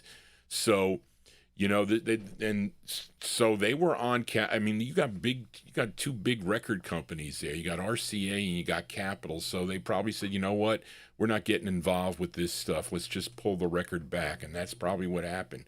How Big Dave Swinger mentioned it in the chat room there.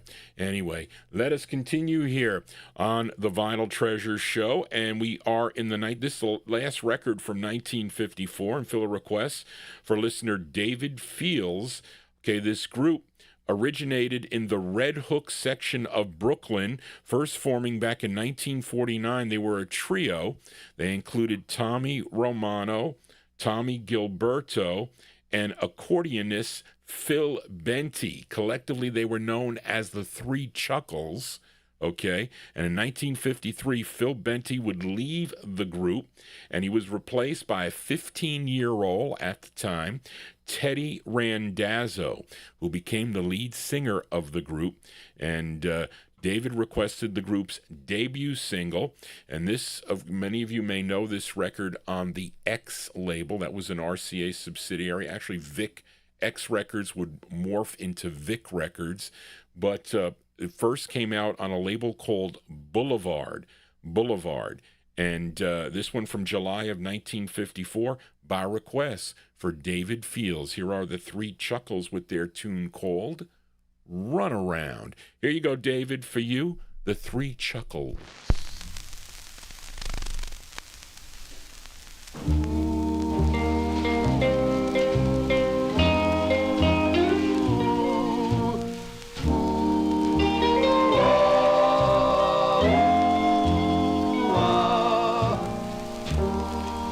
I'll never be the one to part. You found a place here in my heart. Go have your fun, run around. I'll never leave you, I'm forever bound. The streets are noisy,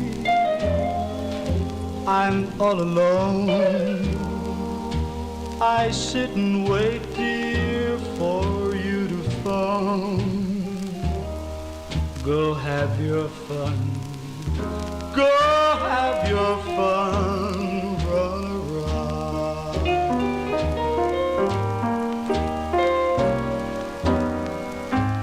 I've waited so long it seems. You vanished out of my dream. Maybe a new love you found. Settle down, run around. I'll never be the one to part. You found a place here in my heart. Go have your fun, go have your fun, run around.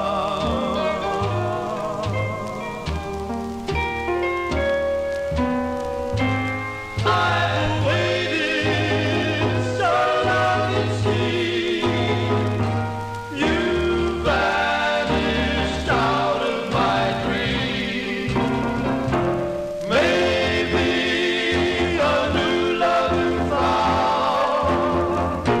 Settle down, run around. I'll never be the one to part. You found a place here in my heart. Go have your fun, go have your fun, run around.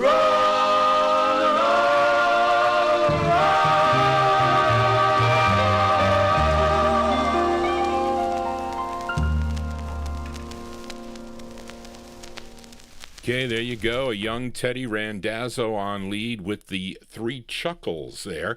By request for David Fields, July 1954. That's the first label, Boulevard Records. It would get picked up by RCA. They put it out on their X label. Lots of pop things on the X label. There's some group stuff too. Song entitled Run Around.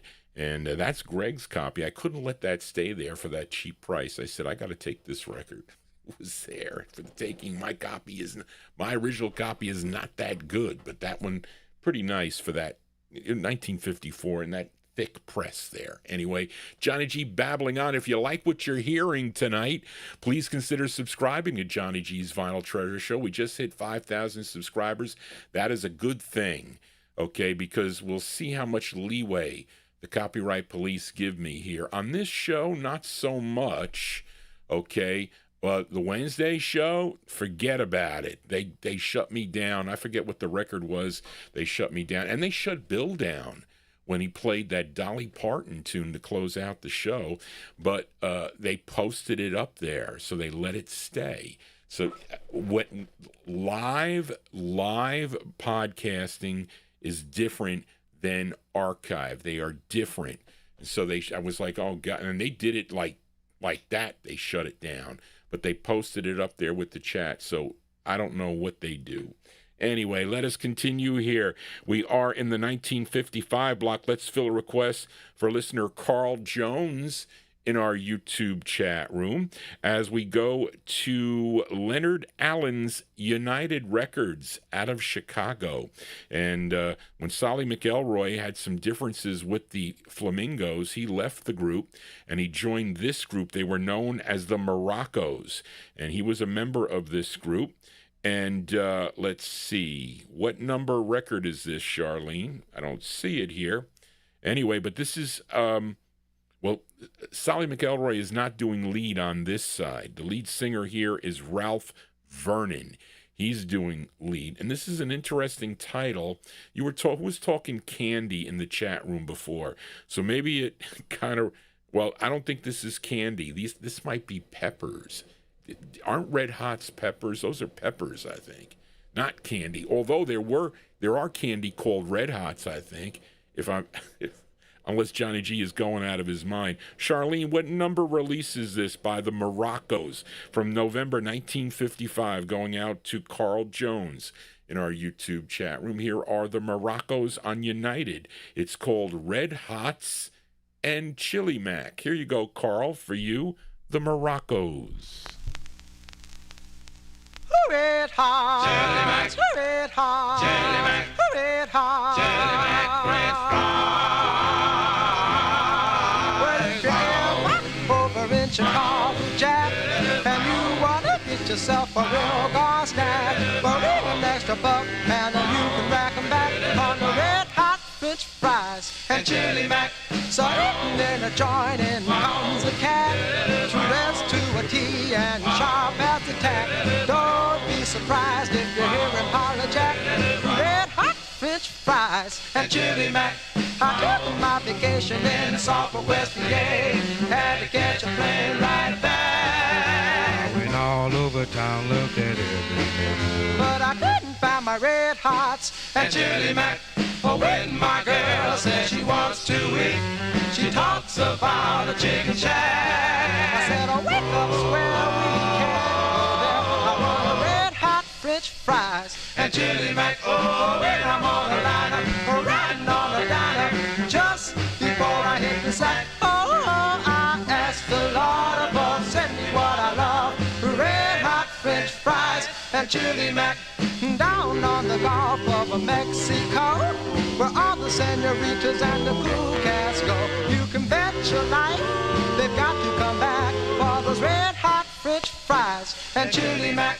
Young or old, or rich or poor, folks who have a lot of jack.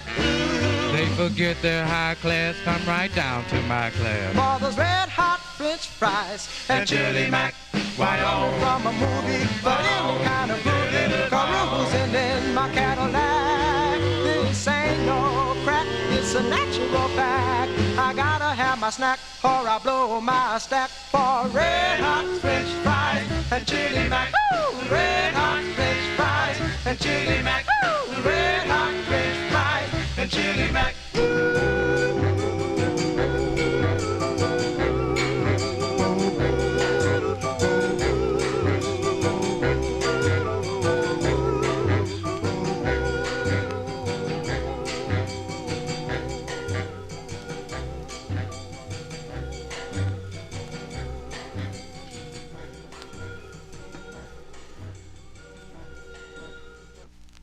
Okay, November 1955 there. That is the second of four on the United record label there for the Morocco's. The Morocco's. Red Hots and Chili Mac is the name of the tune. That one there going out to listener Carl Jones.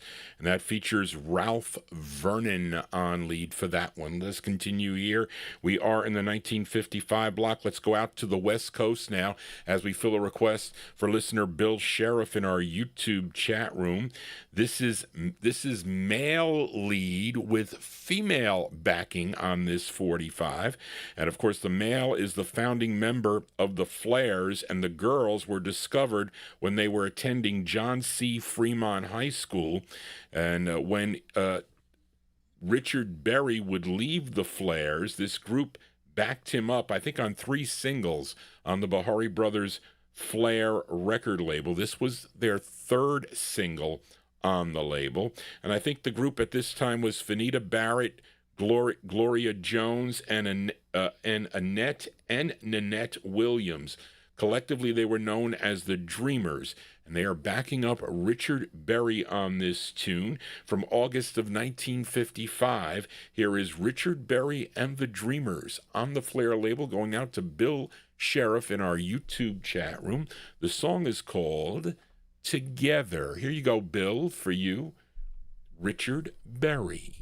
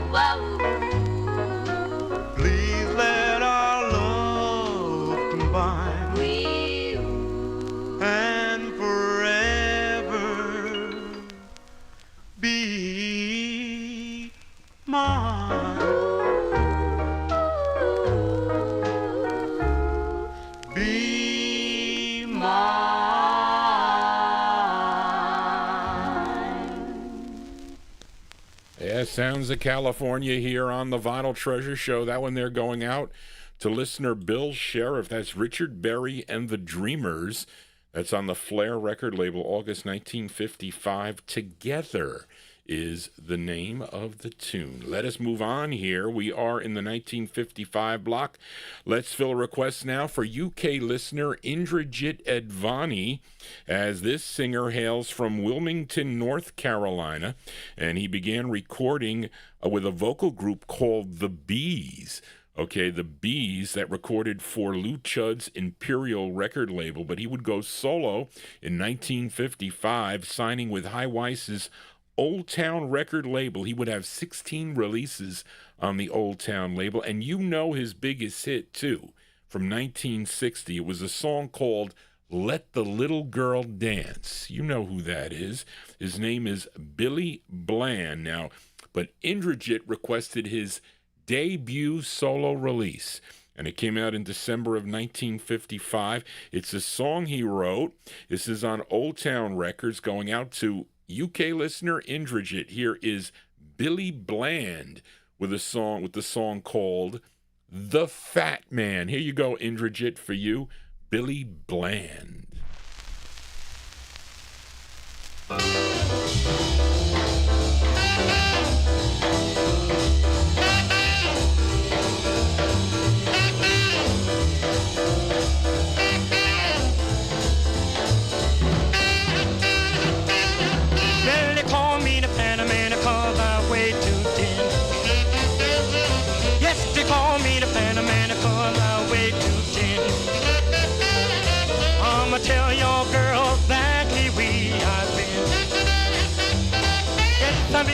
the track on the boys and just getting back.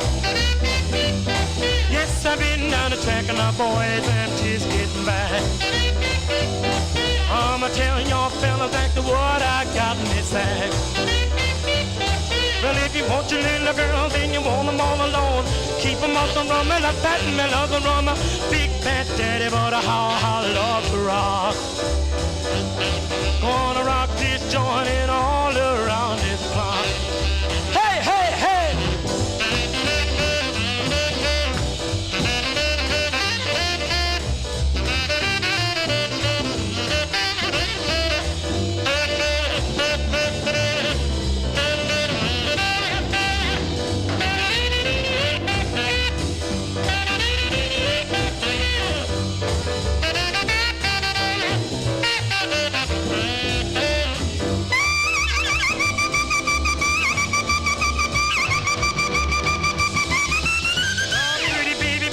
My baby too.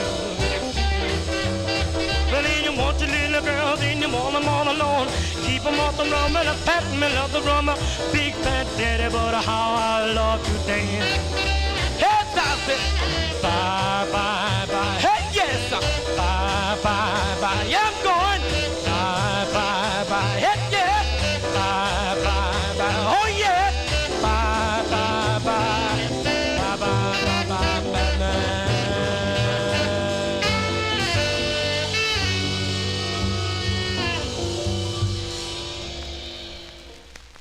Okay, there you go. That one there is the debut single, a solo effort for Billy Bland. Billy Bland on the Old Town label by request for UK listener Indrajit Advani.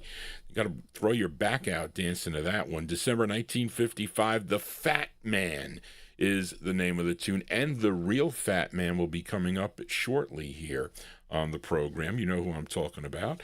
But let us continue now. Let's fill a request for James Stone in our YouTube chat. I have two records tonight that really I would rather have not played because of condition, and I can kick myself in the behind for one of them because I had a chance to buy Greg's nice copy of the record, and I did not, even though he sold me this copy. That was his first copy, but not this record.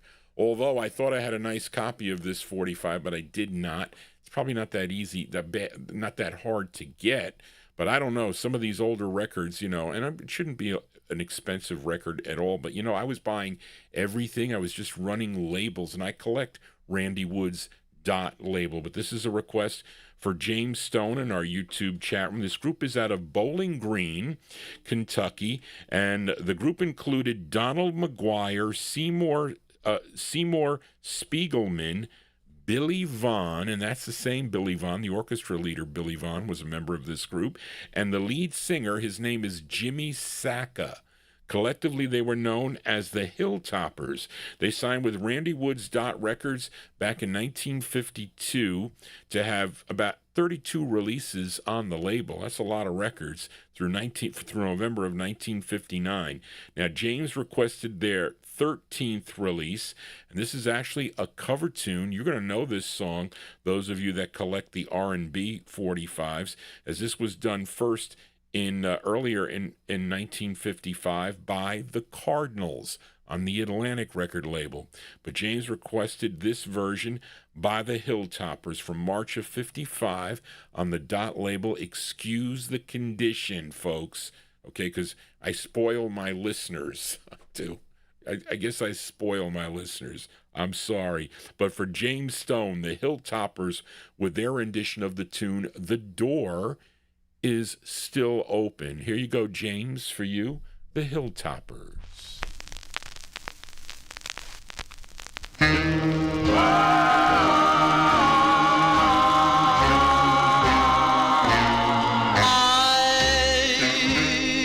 I must confess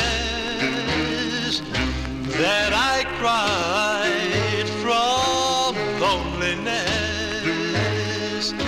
and the door is still open to my heart.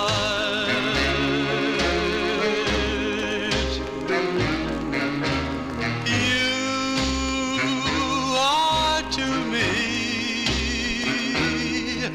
like the sand is to the sea, and the door is still open to my heart.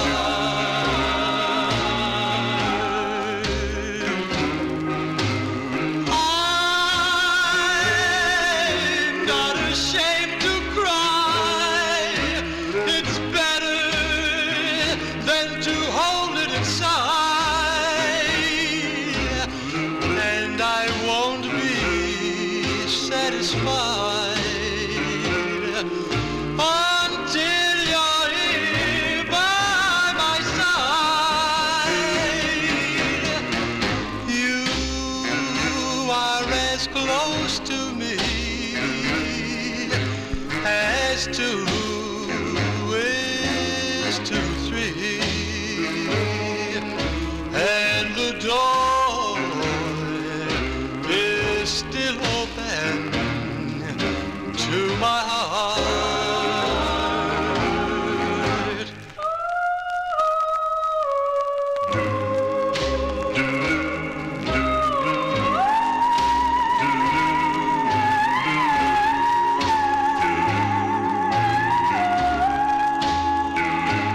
And the door is still open to my heart.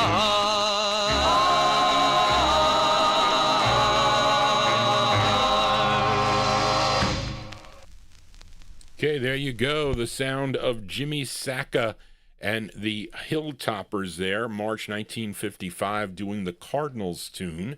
The Door is Still Open. That's on Randy Wood's Dot label by request for James Stone. Apologize for the condition on that record, folks. I mean, that's subpar for Johnny G's collection, really. But let us continue here. Let's fill a request now for Joseph Smith, a.k.a. Oldies Fan, in our YouTube chat room. You will know this singer from New Orleans, Louisiana. And let's see. And this is his 19th release on the Imperial record label with, I think this was the A side, if I'm not mistaken. This was his follow-up to Ain't It a Shame. Okay, this tune written by Dave Bartholomew and the singer, Mr. Fats Domino. This is from August of 1955 by request for Oldies Fan Joseph Smith, the Fat Man, Fats Domino with All by Myself. Here you go, Joseph, for you, Fats Domino. This is on Imperial. Here we go. Little girl, don't you understand? I want to be your lover, man, all by myself, all by myself. I don't want no one to love you, I want to love you all by myself. You fine little girl, you know it too. Don't you know I'm in love with you, all by myself, all by myself. I don't want no one to love you, I want to love you all by myself. Meet me in the park about 1:30. We're going out and have some fun all by ourselves, all by ourselves. We don't need nobody with us, we gonna do it all by ourselves.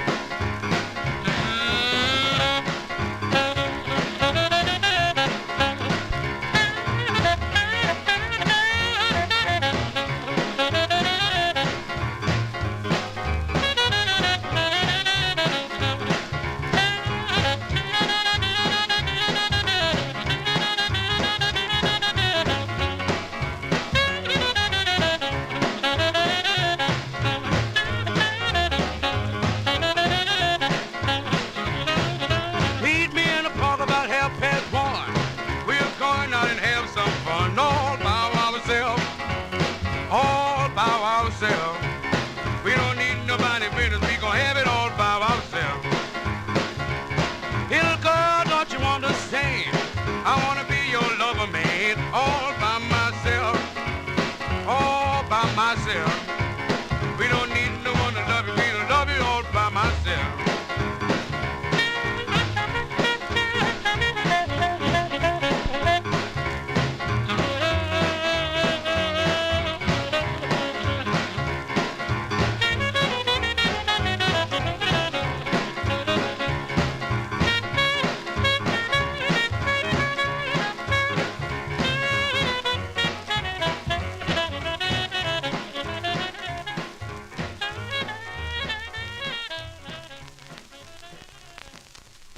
Okay, there you go. That one there going out to a Joseph Smith, a.k.a. Oldies fan in our YouTube chat room. That is Antoine Domino, Fats Domino.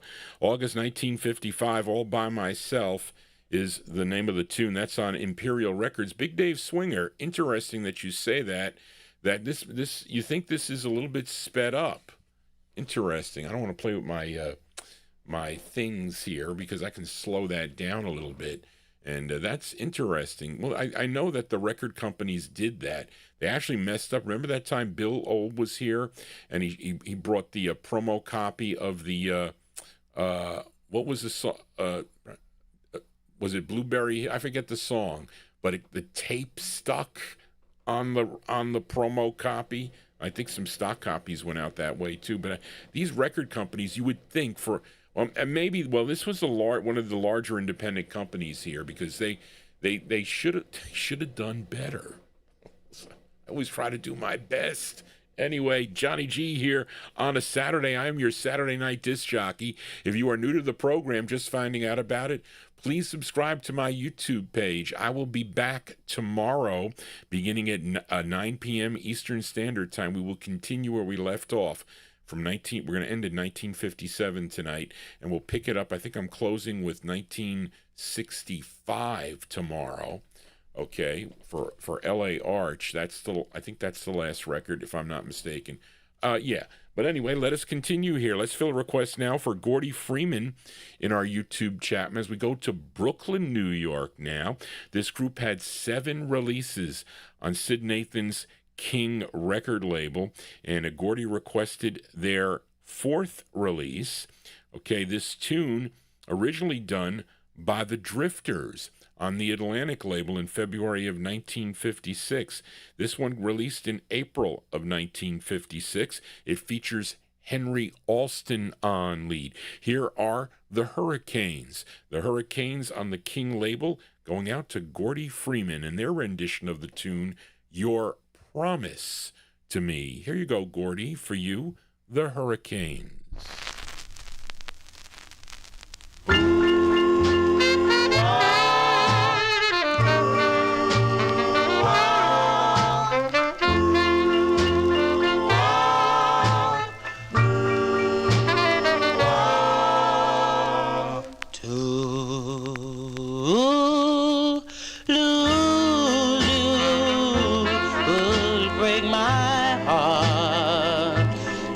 Said that we wouldn't ever part. Oh, but I won't hold you to your promise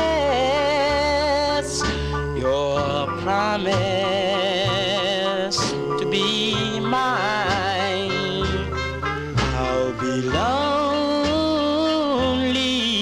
when you're gone. Some way, somehow, I'll carry on.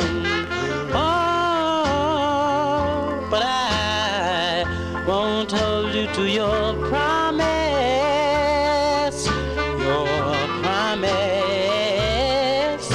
to be mine.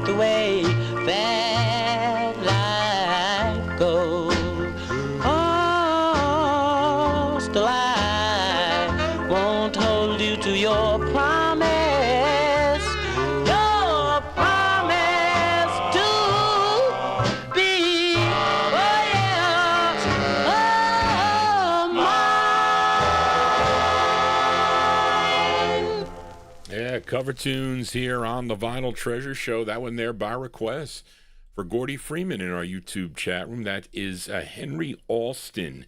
Henry Alston on lead with the Hurricanes, their fourth release for Sid Nathan's King Records, April 56.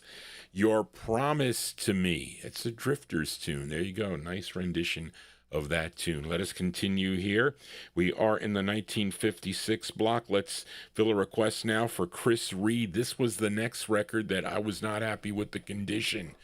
Greg sold. I got a good price from Zurich, but it wasn't in the best shape. And I saw this in his collection, and I should have taken it. A lesson learned for Johnny G. I messed up. But this group hails from Asbury Park, New Jersey, and they included Leroy Brown, Tony Maples, Frank Hosendove, Delmar Goggins, and Delmar Goggins and Roosevelt McDuffie. Collectively, they were known as the Ray Dots. Okay, the Ray Dots. And again, I apologize in advance for the condition. Of course, this group would later change their name to the V8s. If you have any of their cool records on Vibro Records, My Heart is a good one they do from 1961. But this is prior. This is 1956 on the Vibro label, an early release on that label. But the condition is shot. The Ray Dots on Vibro for Chris Reed. It's called Lula. Here you go, Chris, for you, the Ray Dots.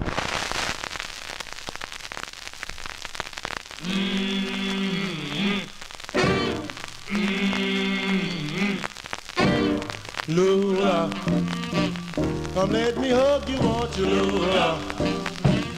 You know I love you, don't you, Lula? I got to have you for my own. You walk with such a fancy motion, you talk, and I get fancy notion. That's why I got to have you for my own. Look pretty for the people, Lula. Let them all say you're fine. Let them see you walk, let them hear you talk. Let them know that you are mine. Lula, your kiss is full of fire, Lula. You fill me with desire, Lula. I got to have you for my own.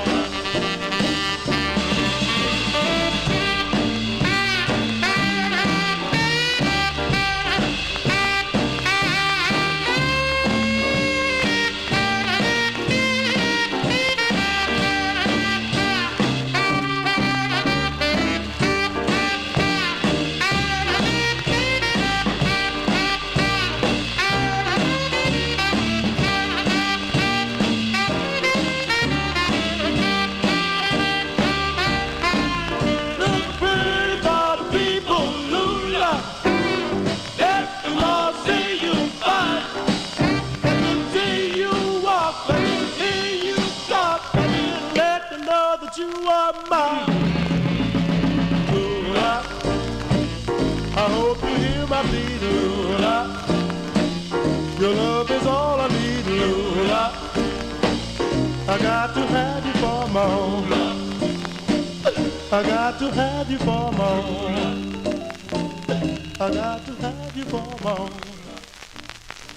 Wow, let's see. Well, you see, the problem is with this record, it's a rare 45. It's hard to find this record in any kind of condition, to be honest with you. But those are the Ray Dots going out to Chris Reed, 1956, an early Vibro release. Lula is the name of the tune. We are in the 56 block. Let's do a flip side request now for Amy King. Amy King is Johnny G's chat moderator, and this is last week we featured The Channels on Bobby Robinson's Whirling Disc record label, as Amy requested the A side of this tune called The Gleam in Your Eyes, but she also requested the B side here. It was their second of 4 on Whirling Disc Records, and it features Earl Lewis on lead from November of 1956. Let's give a listen to The Channels, Earl Lewis and The Channels on the Whirling Disc label, going out to Amy King in our YouTube chat room. It's called Stars in the Sky. Here you go, Amy, for you, the channel.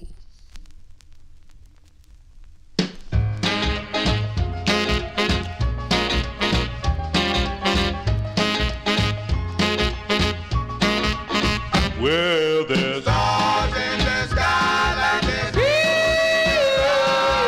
Oh, baby, I'm all alone. I need someone to call my own. Yes, I do. I do. There's stars in the sky make me realize I love you so, and I'll never let you go. There are stars in the sky. I'm so alone. I need someone to call my own.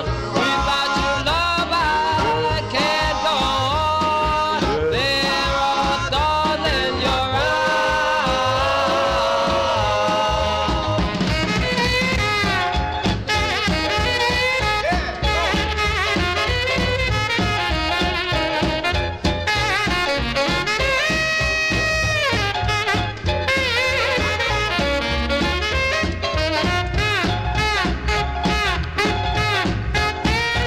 There are stars in the sky and stars in your eyes. Oh, I love you so. And when I hold you near, say things I wanna hear.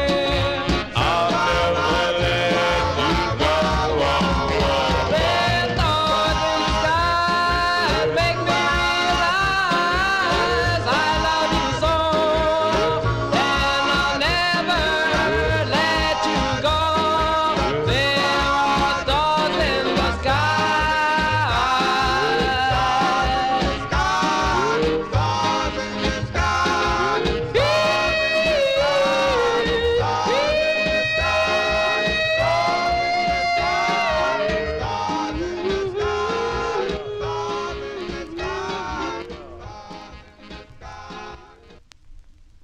Okay, they like that one there in the YouTube chat room. See, folks, I wish all my records were in this. Well, a lot of my records are in this condition. Not everything, but definitely not that Ray Dots. But that Ray Dots records is very hard to find. This one, you can find it. I mean, you might not find this record clean either, because a lot of, here in the New York area, The Gleam in Your Eyes was played on the radio for a bit, and people did buy the record. But I try to get nice copies of all my 45s that I play. I'm a collector, folks. I have over 200,000 records in the collection. It's like mind-boggling when I go downstairs. Although I'm getting there, I was kind of frustrated today. I had a late start, when Bill was here, and then I had to go shopping, so I lost some time, and I was beat. So, and so I got to pull some records out for tomorrow's show. So I'll be back tomorrow at 9 p.m. But I have a passion for what I do here. And again, it's not, and I don't make money. I can't make money on this either. There's no way that I make money, because the owners of the content, they allow me to play the records. And now that I have 5,000 subscribers, they're a little bit more lenient. But they say, oh, no, well, thank you for playing it. We'll take all your ad revenue. I said, that's fine. I still get the enjoyment of playing the records here and having the fans that I do. So, yes, James, new listener here to the program, James Johnson, this is an infectious thing to see this. And Wednesday nights, I do another show. I do a soul show on Wednesday evening. So there's more, more contemporary, going to the early 1970s. And Thursday, I'll have special guests here in an afternoon show beginning at 1 p.m. So Karen Efron will be here on September 17th. I'll have I'm going to post it up on my YouTube wall so you'll see it, and you can click it so you get notified when I go live. So when you subscribe, you should click receive all notifications. I don't know if it comes on your phone. You may get an email, whatever. But anyway, if I have the records, and I don't always have originals, and I kind of take pride in playing original copies of records, but I did get records in that I never would have purchased, so I'm kind of filling those missing request gaps, and this is one of them. Joe Shacatano, if you remember, you sent me a request for this record, and I never I never had it. This one eluded me. I have their other on VJ, but not this one. As we fill a request for listener Joe Shacatano, this group from Portland, Oregon, first recording for Savoy and Musicon as the Deep Tones. That was back in 1948. Then they did 2 on Coral Records in 1951 as the 4 Deep Tones. I have one of those 78s in the collection.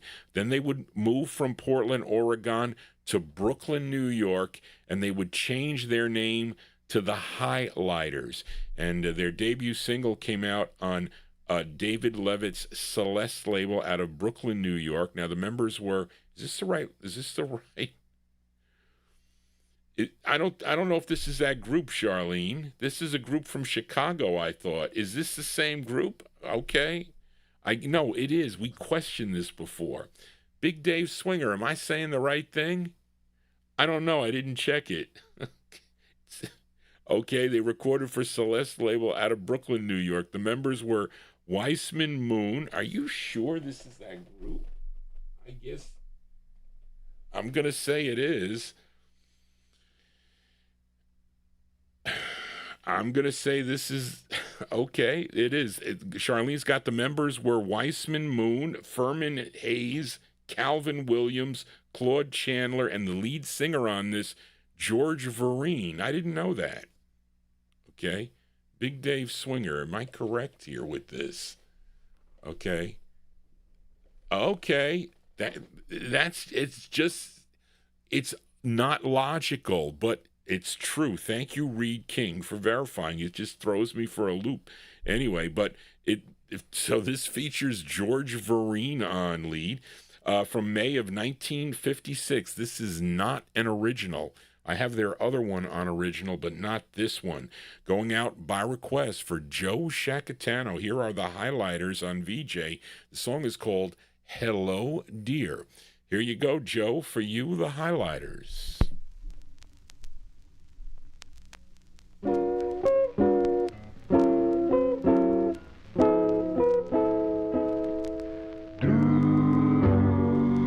Hello, dear. How are you? Just a little note acknowledging your letter. Before I start, let me impart that I'm longing for you, missing you so badly. Hello, dear, how are you? Did I tell you all the dreams I dreamed about you the other night?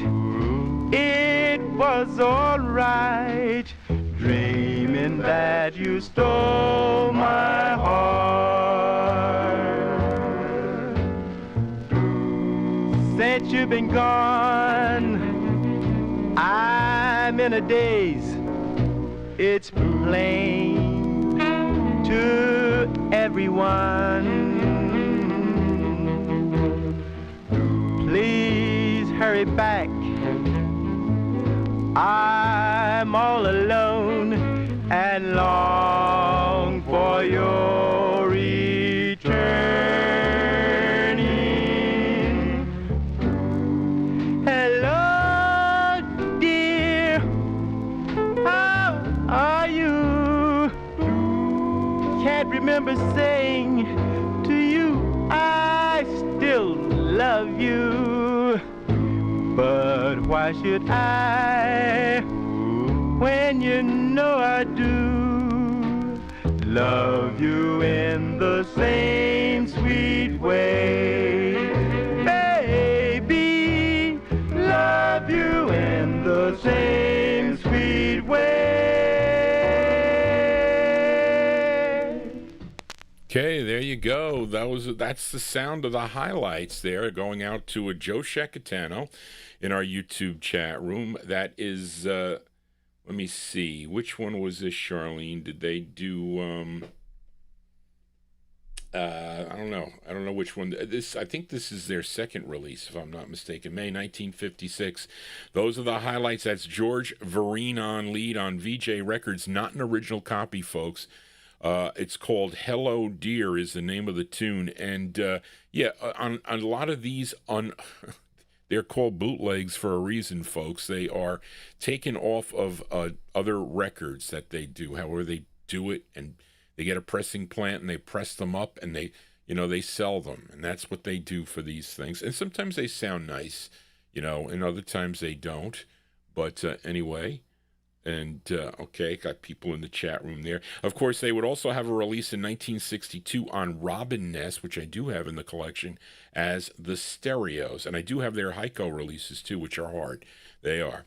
Johnny G here on a Saturday. We are in the 1956 block. Let's fill a request now for Bill Obe, who was my in-studio guest just last Thursday and did a phenomenal job here with these LPs. Johnny G really kept busy holding up the pictures and holding up all the album covers and whatnot. I hope I did okay on the queuing, folks. But Bill did a fantastic show. Bill, you got a lot of people that were on my YouTube wall that are congratulating you. I don't know if you can comment back to them. I mean, I sent you a lot of the emails that I did receive, but they are all congratulating you on your page of your program that's there. If there's a way that you could comment to them to thank them, that would be good. I don't have all their emails, but you could if you were signed in on the YouTube page. But anyway, this is a request for listener Bill Obe. Ellis McDaniel is his real name, but you know him as Bo Diddley. And let's see. And probably one of the first to play a key role in the transition of blues to rock and roll. And he was born in Macomb, Mississippi. And this was his fourth of 33 releases on Leonard Chess's Checker record label. This tune written by Willie Dixon and Bo Diddley, and supposedly the Moonglows are backing him up on this, although I think Marv Goldberg thinks it's the Flamingos, okay? But no, I'm sorry. Supposedly the Moonglows, but Marv Goldberg thinks the Flamingos. Well, that's on Diddly Daddy. This is not Diddly Daddy. This is Diddy Wah Diddy. Okay, February 1966. Here is Bo Diddley on Checker Records going out to Bill Obe in New Jersey. It's called Diddy Wah Diddy. Here you go for Bill Obe, Bo Diddley. Here we go.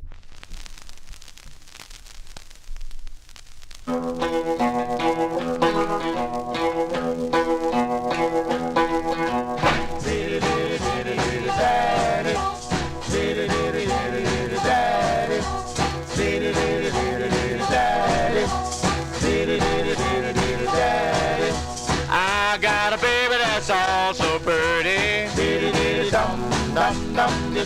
I found her right here in the Windy City.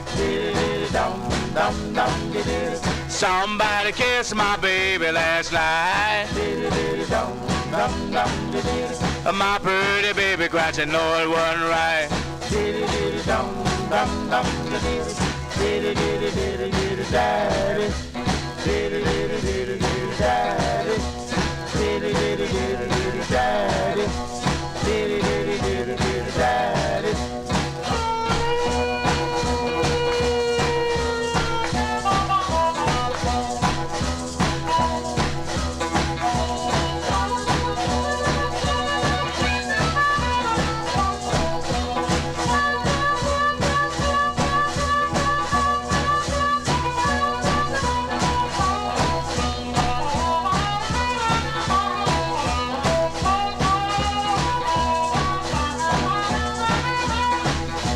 My baby started to cry in vain.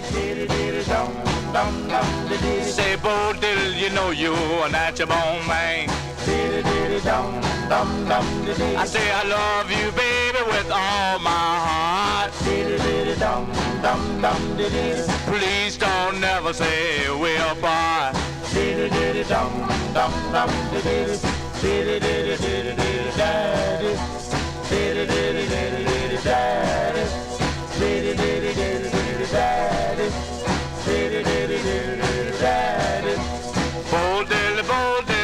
I see.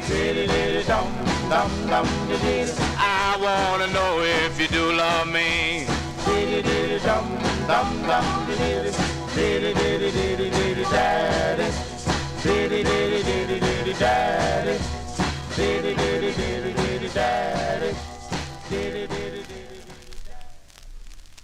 Oh, I'm Charlene's telling me I messed up, and I did, Bill. You gotta forgive me. This is Diddly Daddy. This isn't Johnny's been diddling too much is what it is. I got the wrong thing there. Bill, I apologize for you. I messed that up. That's not what you wanted. I thought something was wrong with that. Diddly Daddy is the name of the tune. So Bill wants Diddy Wah Diddy. Listen, folks, that's what happens when you only get 4 hours sleep. You pick the wrong records. Anyway, Bill, it's Bo Diddley for you anyway. I apologize for that. You got to send me.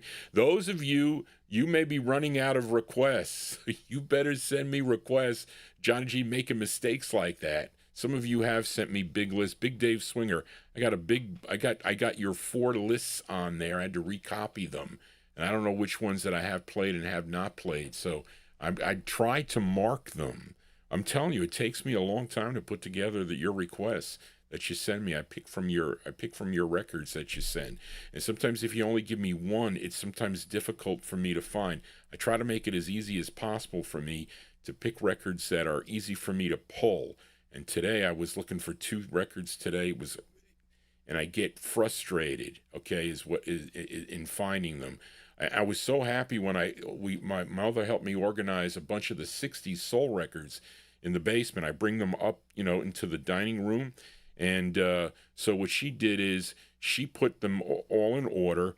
I brought them downstairs and I write on the boxes so I know I'm looking for whatever. And it took me like seconds to find it, okay, because they were not clean. Of course, I have to clean them, but that's not a big deal. It's finding the records and not putting them back. And due to the fact that I play 80 records, more than 80 records, 80 50s records a week, and then another like 40 or so on the soul, and I don't get to put them back. Do you know how much they accumulate? And I don't, because I'm always on the go, and I rarely don't have time anymore, is what I don't. And because I have other things that I have to do. Those things I have to get done before I spend the time on the show. And anyways, but that's how it goes. Just as long as I have a happy face about it is what I say. But let us continue here. That one there, we'll send it out to Bill O, who did a fantastic job here on last Thursday afternoon. So let us continue. Let's go to Detroit now. Larry Neal, you made a suggestion. This record is very rare on this label, okay, Sugar Hill Records. So when I bought this record, I set up a deal with Mike Demersion. I think it was in the Cranford show. When Cranford had a great show in New Jersey, and I would see them at all the shows. And Mike would he would call me on the phone, and he was selling records on consignment. Although this one was Christy Masios found this record for I think $25 somewhere in Maine. So I remember when he called me, and Christy Masios calls me up on the phone. He was doing was he on? I forget what internet station he was on. Okay, but he used to do Uncle Henry's Basement, and it was very difficult for me to understand Christy sometimes. But anyway, he says, Johnny, he says, I'm a hockey player, and I'm really tough. I said, I know you are. As an old guy, he was playing hockey with these young guys and getting smashed in the boards and whatnot. So I said, are you a tough guy? He says, yeah, I'm a tough guy. So he goes, Johnny, I found these records at a flea market for $0.25. Of course, I didn't pay $0.25 for them. It was the Eptides on Teen was one, and this was the other one. So I remember Nick Nicola and Rich Kriz came over to me. He goes, let me see that. What did you buy? So I said, I got the Five Scalders on Sugar Hill. I never saw the record on Sugar Hill. Can we see it? So I had to show them, and they were amazed. It was Nick Nicola and Rich Chris so many years ago. But this is a suggestion by Larry Neal, this group from Detroit, Michigan. They're the Five Scalders. They recorded 2 on the Drummond label, but their debut single, well, this record was released on Drummond, but it first came out on Sugar Hill Records. Okay, and it kind of quickly changed the name for whatever reason to Drummond Records. But anyway, this features Johnny Mayfield. He's the lead singer of the group from 1956.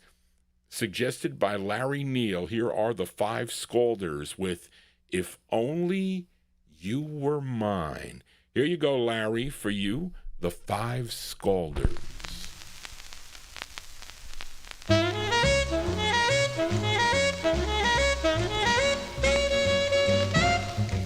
Could never build you a castle of silver, honey, as saint and pages of gold, nor adorn your bangles with sapphires, or touch your hair with gold. I could build you but one small cottage, over which a bright, bright moon would shine. But this cottage would be a castle to me if only you were mine. I would open to you the pages of all my life so that you might see, and I would become more than what now I am and be just what you want me to be. A king or a courtly jester, a beggar or a gentleman fine, but I would be happy no matter what I was if only you were mine. When you erase the sorrows of your life, if doing so make you glad, for I'm willing to suffer an hour and sacrifice pain that you had, would forfeit all my dreams of calm, make your life more divine. See, you would make me so happy if only you were mine. Only you were mine. Make me feel so fine. Only you were mine. Oh, ba-da-ba-da-da-da. Only you were mine. Make me feel so fine. Oh, only you were mine.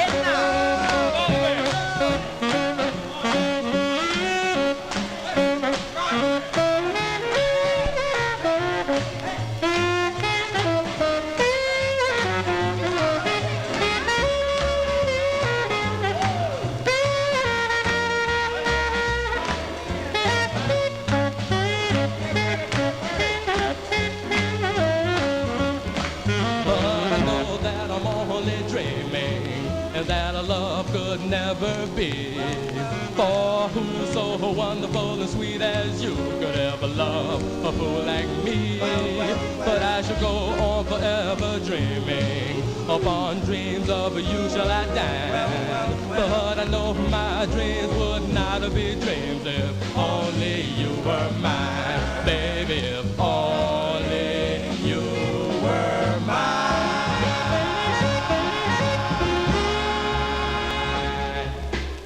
Okay, there you go. That one there going out to Larry Neal in Oklahoma City. The sound of the Five Scalders there. That's Johnny Mayfield on lead. That's the first label, Sugar Hill. It was then subsequently pressed on Drummond Records, became their first of 2 on the Drummond label. 1956, If Only You Were Mine, is a very rare 45 on the Sugar Hill label. Let us continue now. And we are, I think this is my last one in 1956. No, I still got a few more. I don't have many in 57, though. But this is a request for Ed Brown. Are you still with us? Ed Brown requested this songwriter, singer, record producer, born in Oklahoma City, Oklahoma. Larry, you should know this this singer here. But he was raised in San Diego, California. He first recorded back in 1954 as Ducky Drake for the Trend record label, singing the B-side of his sister's release, which is a great record, Dimples Harris, called Hey Mr. Jelly. Okay, and let me see. Wait a minute, is that Dimple Harris's single, Hey Mr. Jelly? The B-side was called 1992? Okay, back in, 1955. But he would change his name to Boogaloo, all right? So what is his real name? His real name is Kent Harris. Kent Harris. He would change his name to Boogaloo, and this is Boogaloo and His Gallant Crew. And this is his first of two on Sylvester Cross's Crest label out of Hollywood, California. And so what would happen is I would buy from Doug Hanners, would send me a set sale list, get it a little bit in advance, and I would scour through this list. And again, I was collecting labels, so I would bump it up against my label book for all records that I needed, and I would send him a list of the numbers. His records were numbered, and I put the label and the label number and the dollar amount, and he would come back to me and he'd say, send me $7,800 or whatever it was in a check, and he would mail the boxes of records to me. That's how I used to buy with these bulk deals, and his prices were pretty fair.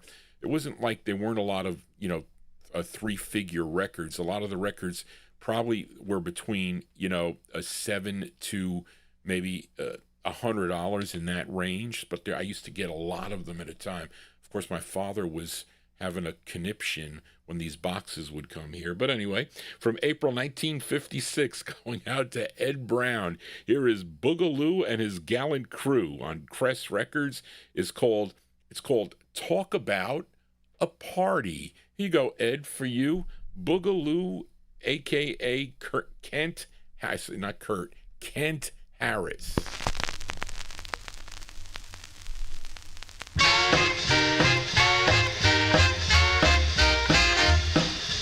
Early in the morning for the break of day, the party just started to getting underway.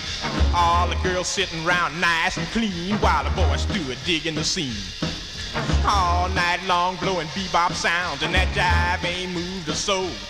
Then somebody broke out with some low down blues, and the house jumper ready to roll. Are you talking about a party? Ooh, you talking about a party? Yeah, they come a-running in the hall, jumping upside the wall. Grandma jumped up with her feet in the air and started dancing all around the ceiling. She said, oh, my stars, just look yeah, they playing the music with a feeling. I say, look at here, Mom, now what's the deal on you? She said, I'm from Newport News. She said, there ain't many things that I like in this world, but I'm crazy about the honky-tonky blues. You talk about a party, ooh, you talk about a party. Yeah, they come a-running in the hall and jumping upside the wall.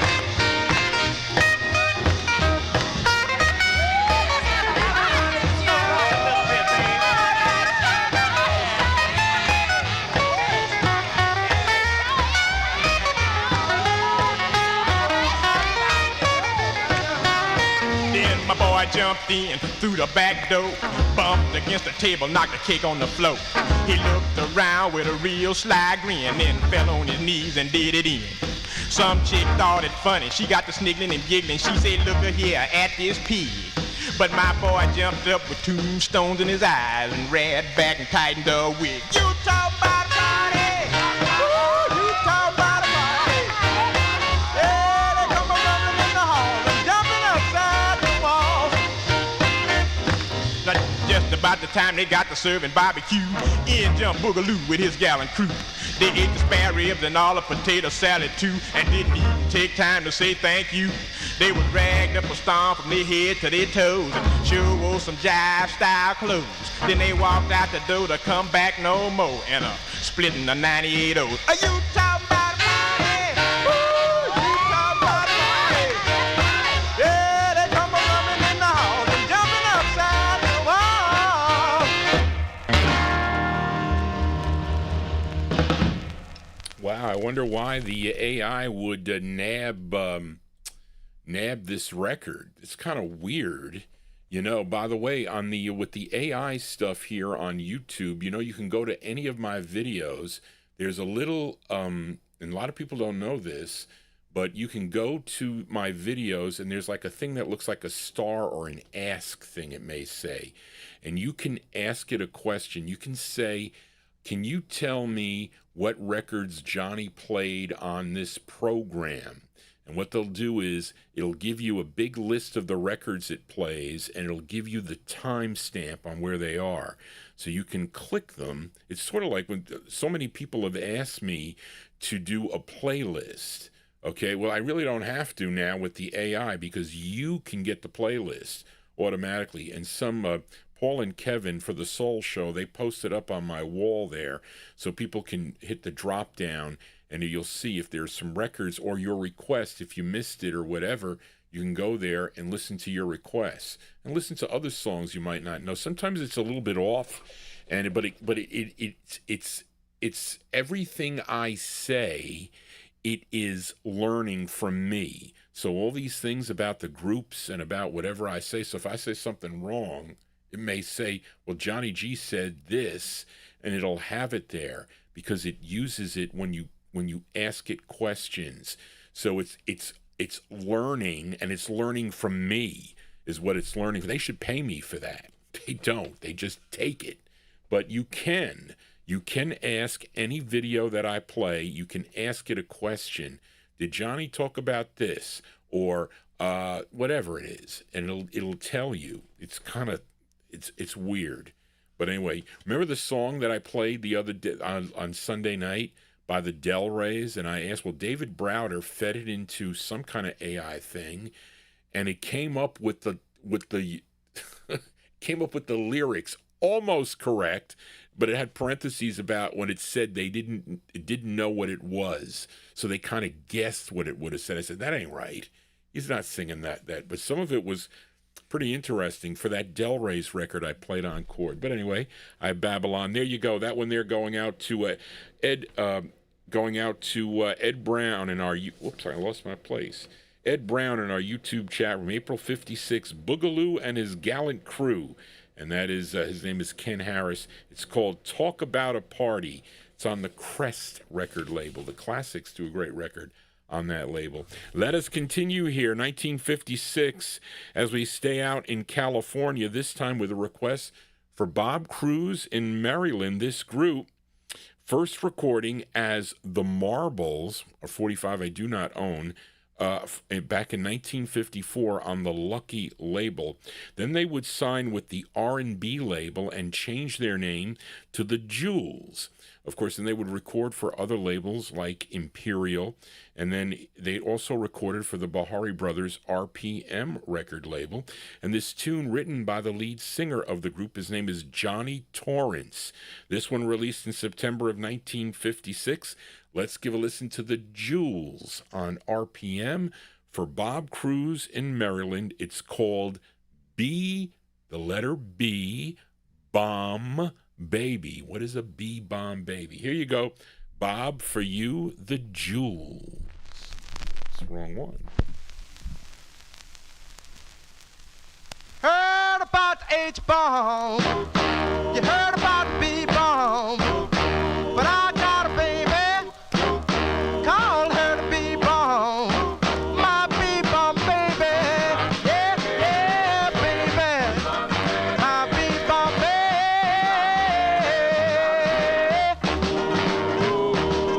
I love my baby with all my heart. My B bomb baby. And I would never part. My B-bomb baby, yeah, yeah, baby. My B-bomb baby.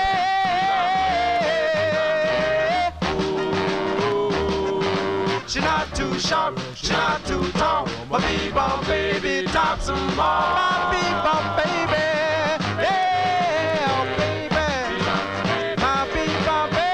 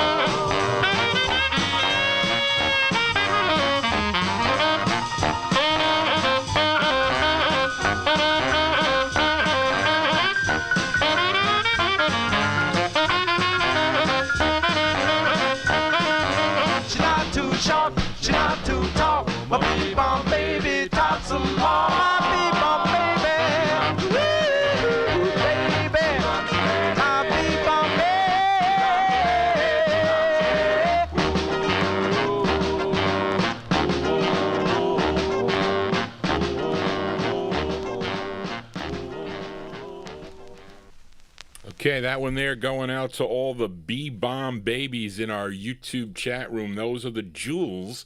That is Johnny Torrance on lead. The Jewels on the RPM record label from September of 1956 by request for Bob Cruz in Maryland. B-Bomb Baby. I got to answer your email, Bob. I will send you a soundbite of that record that I have for you.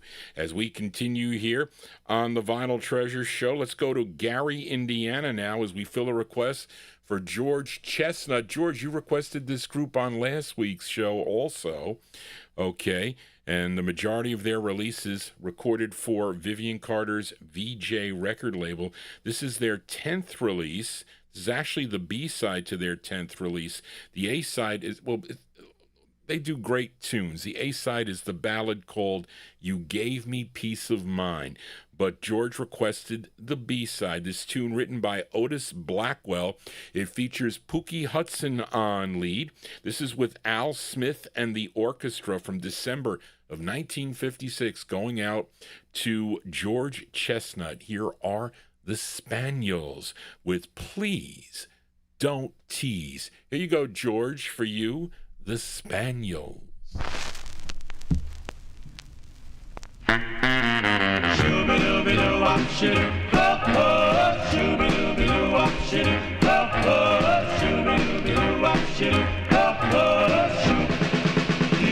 Please don't tease, don't make me cry, don't say the word that'll make love die, don't say the words that'll break my heart, do the things that'll make us part. Don't tease, don't make me cry. I'll do my best and treat you kind if you just promise that you'll spend mine. My heart's not something that you can borrow, have today and give tomorrow. Don't tease, don't make me cry. Can you remember the times, the wonderful times we had, just you and I? We strolled through the park and kissed in the dark. Your lips, they felt like fire. Please don't tease, it hurts me so. Don't play with love, cause it's no joke. The love I have is just for you, a love that's fair, strong and true. Don't tease, don't make me cry.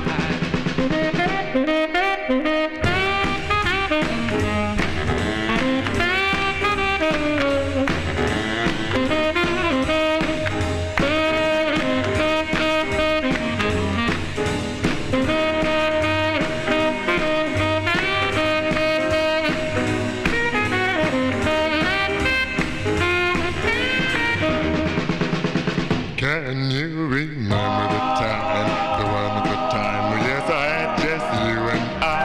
How we strolled through the park, kissing in the dark. Your lips taste like fire. Please don't tease, cause it hurts me so. Don't play with love, cause it's no joke. The love I have is just for you, a love that's very strong and true. Don't tease, don't make me cry.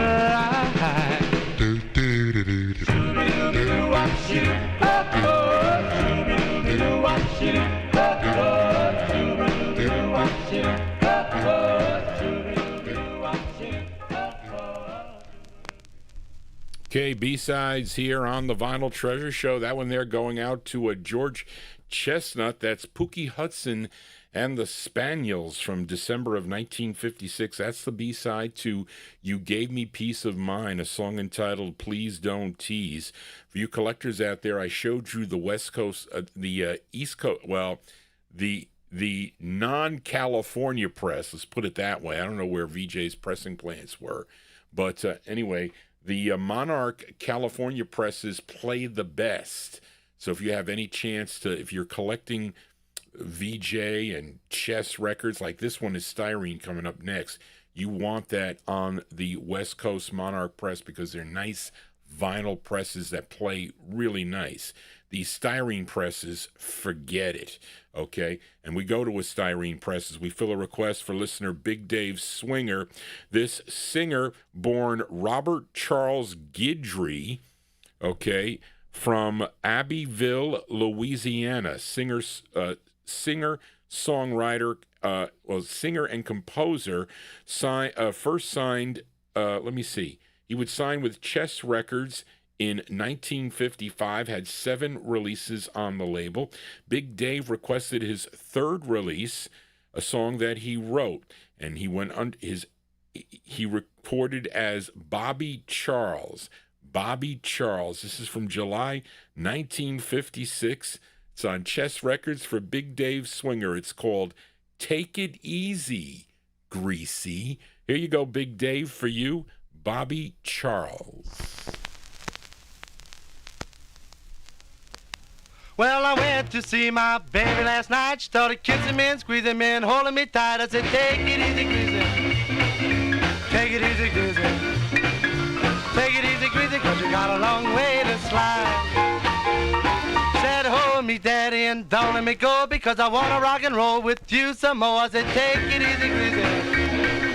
Take it easy, greasy. Take it easy, greasy, cause you got a long way to slide. She pulled the shades and turned the lights down low and said, come on, daddy, let's rock and roll some more. I said, take it easy, greasy. Take it easy, greasy. Take it easy, greasy, cause you got a long way to slide. Yeah, go, cat!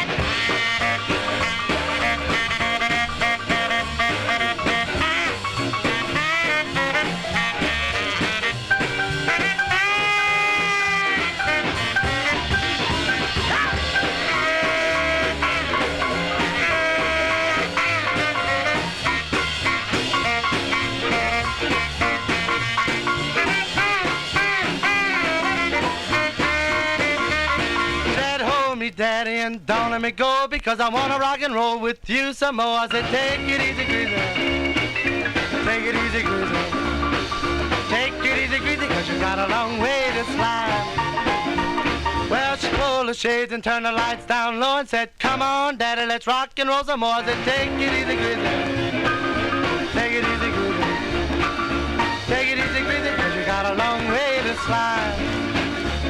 But when I tried to leave, she said, hold up, cat. I tried to run out the door, but she pulled me right back. I said, take it easy, greasy. Take it easy, greasy. Take it easy, greasy, cause you got a long way to slide. Yeah! Now take it easy, take it easy, take it easy, take it easy, take it easy, greasy, cause you got a long way to slide. Okay, there you go. That one there going out to Big Dave Swinger in our YouTube chat room. The AI identified that song, okay, by Bobby Charles. Bobby Charles on the Chess label, July 1956, his third release for Chess Records. Take It Easy, Greasy is the name of the tune. Why are you calling me Greasy? Don't call me those names. Johnny G here. Call me by Johnny G. I am your DJ for a Saturday evening. Thank you all for being here. We're in the little bit in overtime here. Got a few more records to go as we move into 1957. Now let's fill a request for Jerry Hankins, who loves the ballads, and my pleasure to feature them for you, Jerry, as we go to Johnny Otis's Dig record label. I bought this record from a Canadian dealer for $50. Well, I don't know what this record. What is the value of this record? I don't know. But let's see. He grew up in East L.A. He had 2 releases on the Dig label. They both are good. His first one was called Lonely, Lonely Nights.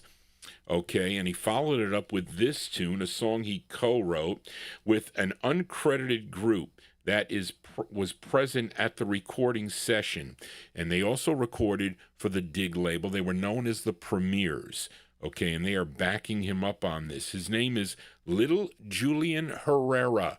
Little Julian Herrera from April 1957, his second release on Johnny Otis's Dig Records for Jerry Hankins. And here he is, little Julian Herrera with Symbol of Heaven. Here you go, Jerry, for you, Symbol of Heaven.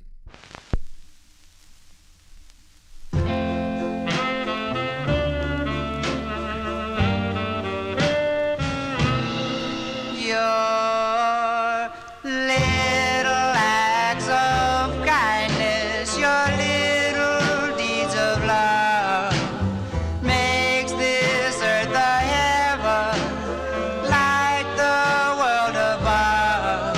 You're a symbol of heaven, the only girl that I love. Girl that I love. Your little acts of kindness, your little deeds of love. Truly, you're an angel, God's gift from above. You're a symbol of heaven, the only girl that I love.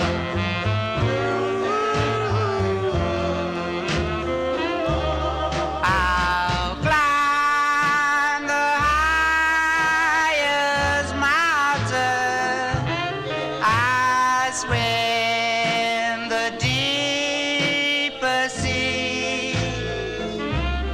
If only you'd believe in me, I'd be happy, happy as can be. Your little acts of kindness, your little deeds of love. Truly, you're an angel, God's gift from above. You're a symbol of heaven, the only girl that I love.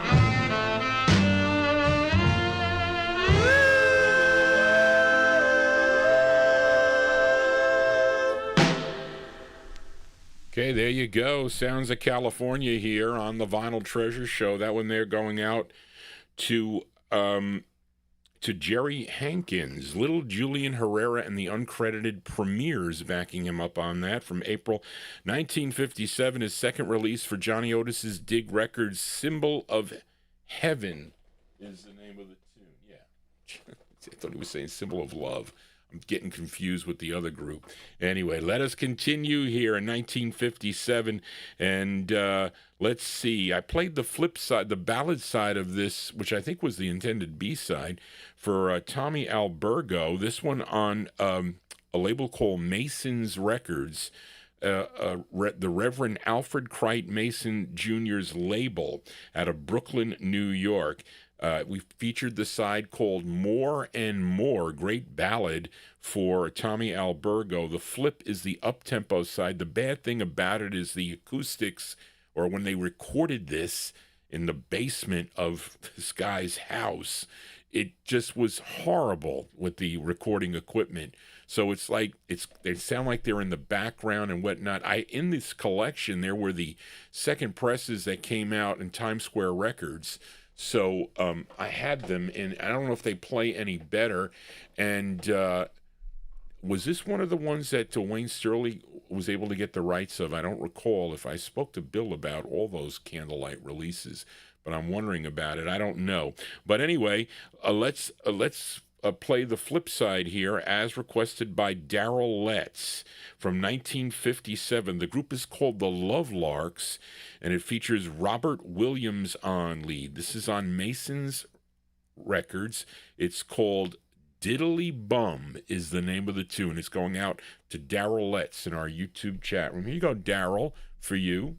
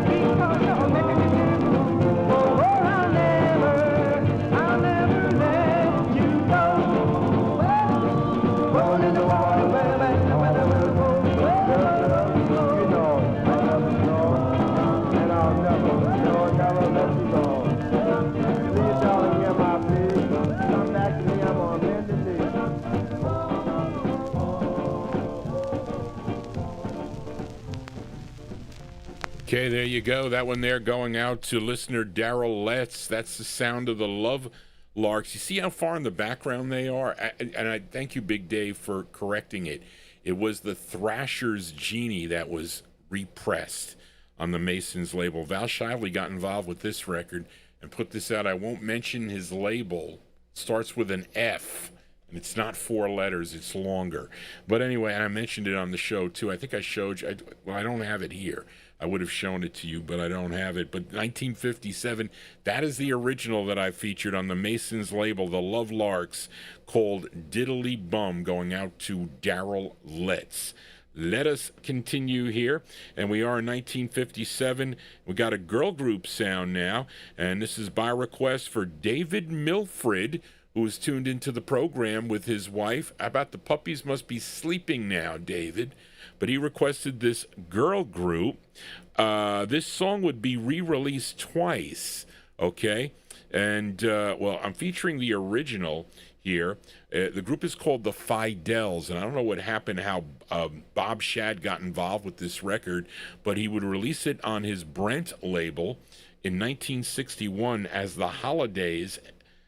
That was early 61, and then again re-released it in April of 61 as Susie and the Copycats. So what is up with that, to try to probably push this record for some reason? But initially the song was released in December of 1957, and this is on Shad's Warner Records out of New York City. Okay, from December 57, going out to David Milfred. We'll also say hello to his wife and the puppies tuned into the program. These are the Fidels on Warner. It's called Come Back to Me. Here you go, David, for you, the Fidels.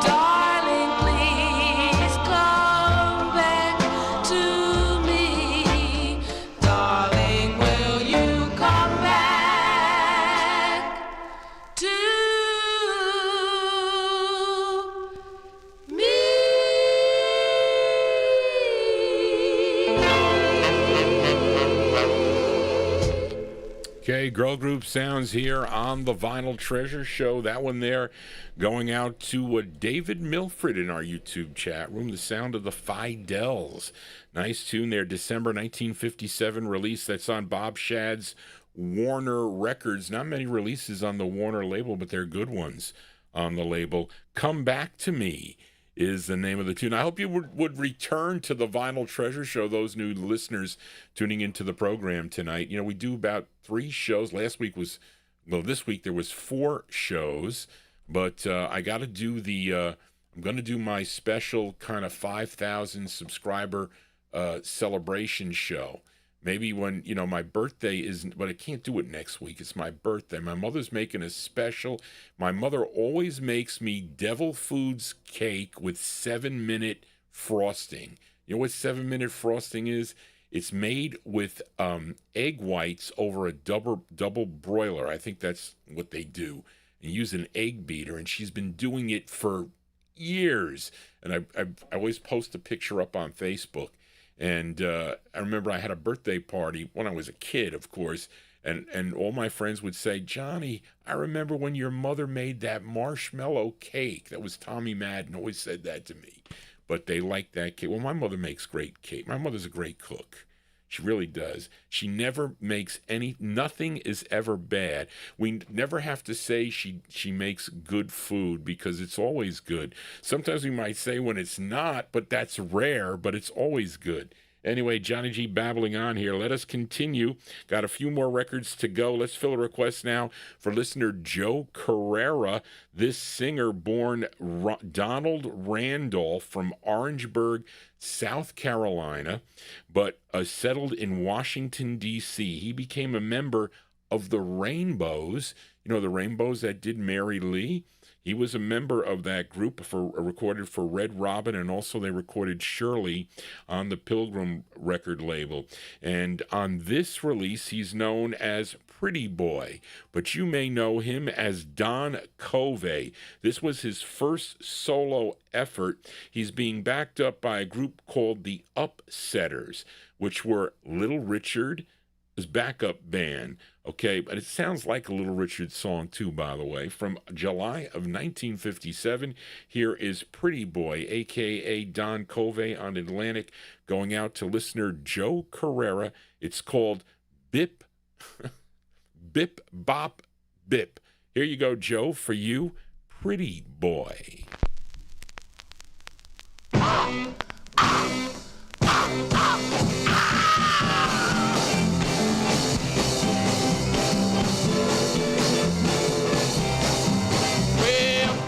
Bip, bip, bop, rock. Come on, baby, let's rock that clock. Oh, yeah. Yeah, yeah, oh, yeah. Yeah, yeah, oh, yeah. Come on, baby, let's rock. Well, now, bip, bop, down. Mama going out and dance downtown. Oh, yeah. Yeah, yeah, oh, yeah. Whoa, whoa, oh, yeah. Come on, baby, let's rock. Well, let's hawk a buck, let's applejack. Come on, honey, let's rock the shack. Oh, yeah. Yeah, yeah, oh, yeah. Yeah, yeah, oh yeah. Come on, baby, let it rock. Well, ah, ah, ah,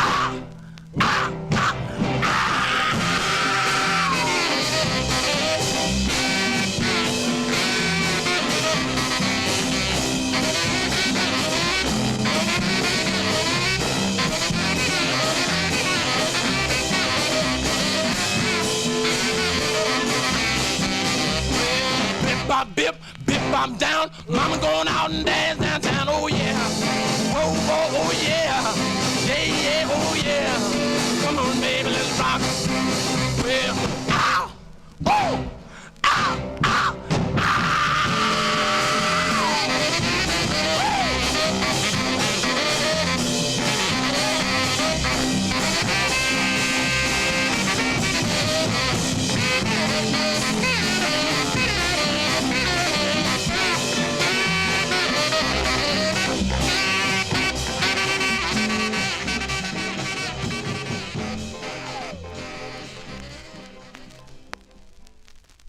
Okay, there you go. Don't throw your hips out on that one, you dancers there. Daddy Cool, watch out for that record.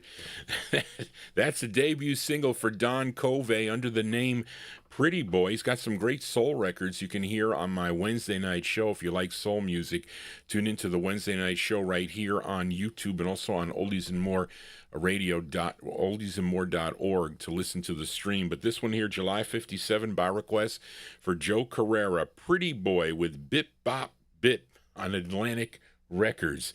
And we got 3 more 45s to go before we sign off here.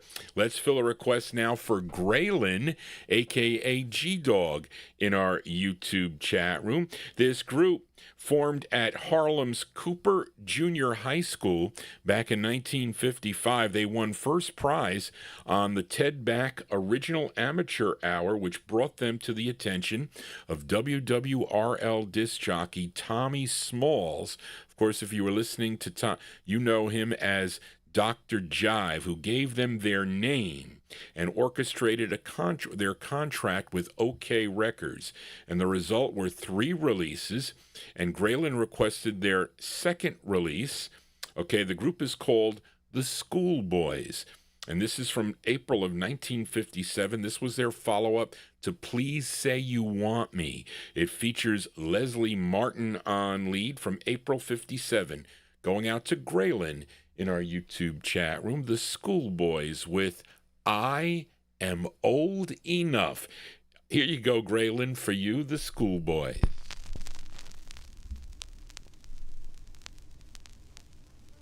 I'm old enough, to know that I love you.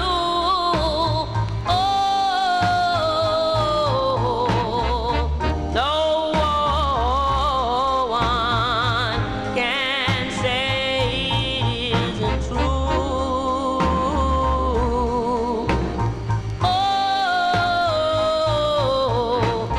I'm old enough, to know how much I care. No one can say it isn't true.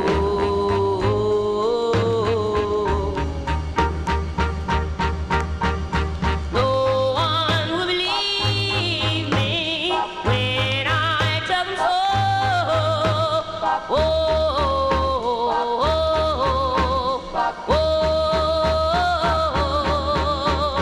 No one will believe me when I tell them so. They say I'm too young to know. I'm old enough, to know how much I care.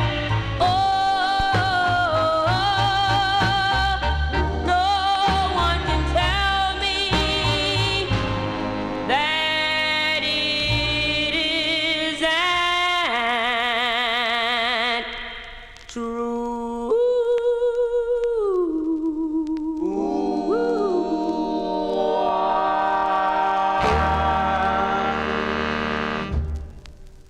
Okay, there you go. The sound of the Schoolboys. We can say Kitty Leeds here on the Vinyltreasure show. The Schoolboys there by request for Graylin, a.k.a. G-Dog, in our YouTube chat room. That is their second of 3 on the OK record label from April 57. I Am Old Enough is the name of the tune. 2 more 45s to go before we sign off. We're going to stay with the Kitty Leeds, this time with a request for Adrian Viterbo. And Bob Shad, he was A&R chief for Mercury Records, in charge of the East Coast district, I guess, are looking for new talent for the label, and he discovered this quartet and they signed with Mercury Records, and I think they only had 1 release. They were known as the Little Beats. It's another Kitty lead here.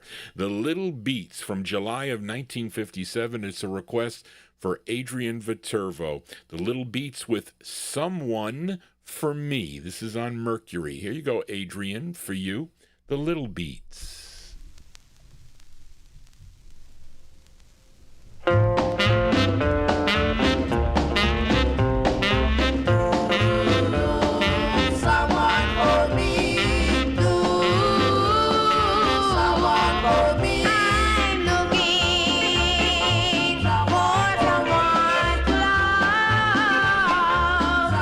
From the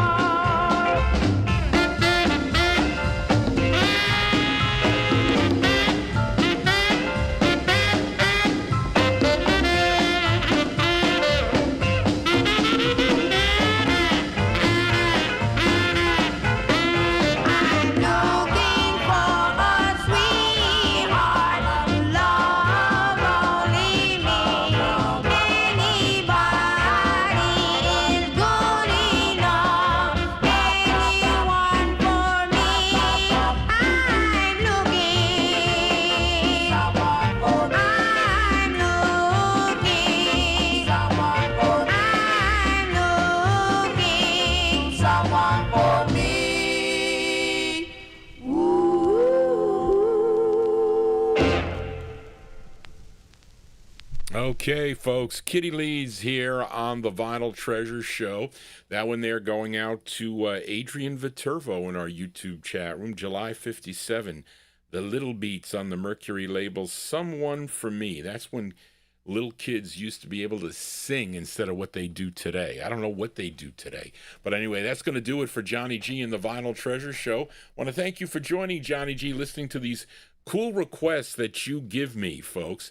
And if you have a request for a future Vinyltreasure show, any of the shows that I do, including the Soul Show, and email me at vinyltreasures@aol.com. Depending on the year of your record's release will dictate where it gets played here in the program. Usually the Saturday night show, we played a record going all the way back to 1951 earlier in the program. Here we are ending it with a record from 1957. We'll pick it up tomorrow. I think I got 2 from 57, and we'll end in 63. But you see how the music in such a short period of time progressed to where it is from the Cabineers that we played. Okay, so this is like an educational show. I tell YouTube about this, okay, but they shut me down is what they do. But anyway, thank you all here for tuning in. Thank you, Charlene, for your help. And again, like I said, if you enjoyed what you heard tonight, please consider subscribing to Johnny G's Vinyltreasure show. Don Folletti says we're going to go to 20,000 subscribers. I hope so, Don. That would be really cool if that happened. But we'll try our best. Well, thank you, everybody, for tuning in this evening. We're going to close the show tonight with a request for Edmund Williams in Queens, New York, as this group hails from Brooklyn, New York, and they previously recorded as The Wheels on the Premium record label. They had kind of like a New York hit. Well, it became a hit, okay, second time around, thanks to Don and Wayne, a song called My Heart's Desire. But after that, they would change their name to the Federals. They did 2 on Bobby Robinson's Fury record label, and then maybe, I don't know if this was probably recorded for Fury, I didn't check it, and then it was the master was sold to Deluxe, I would bet that. But this one is on Deluxe, and this is a cover song. You know this tune. It was first done by the Del Vikings. They had a big hit. It was the Del Vikings' first record. Came out on Phoebe Records, and also you might have it on Dot. But let's give a listen to this version by the Federals. And from February of 57, it features the unmistakable voice of Rudy Anderson on lead. By request for Edmund Williams, our closer tonight, the Federals on Deluxe. It's in their rendition of the tune, Come Go With Me. That's going to do it, folks. Johnny G is out of here. I'll see you tomorrow evening right here, only on YouTube. Just want to say, everybody, so long. Here you go, Edmund, for you. The Federals with Come Go With Me. So long, everybody.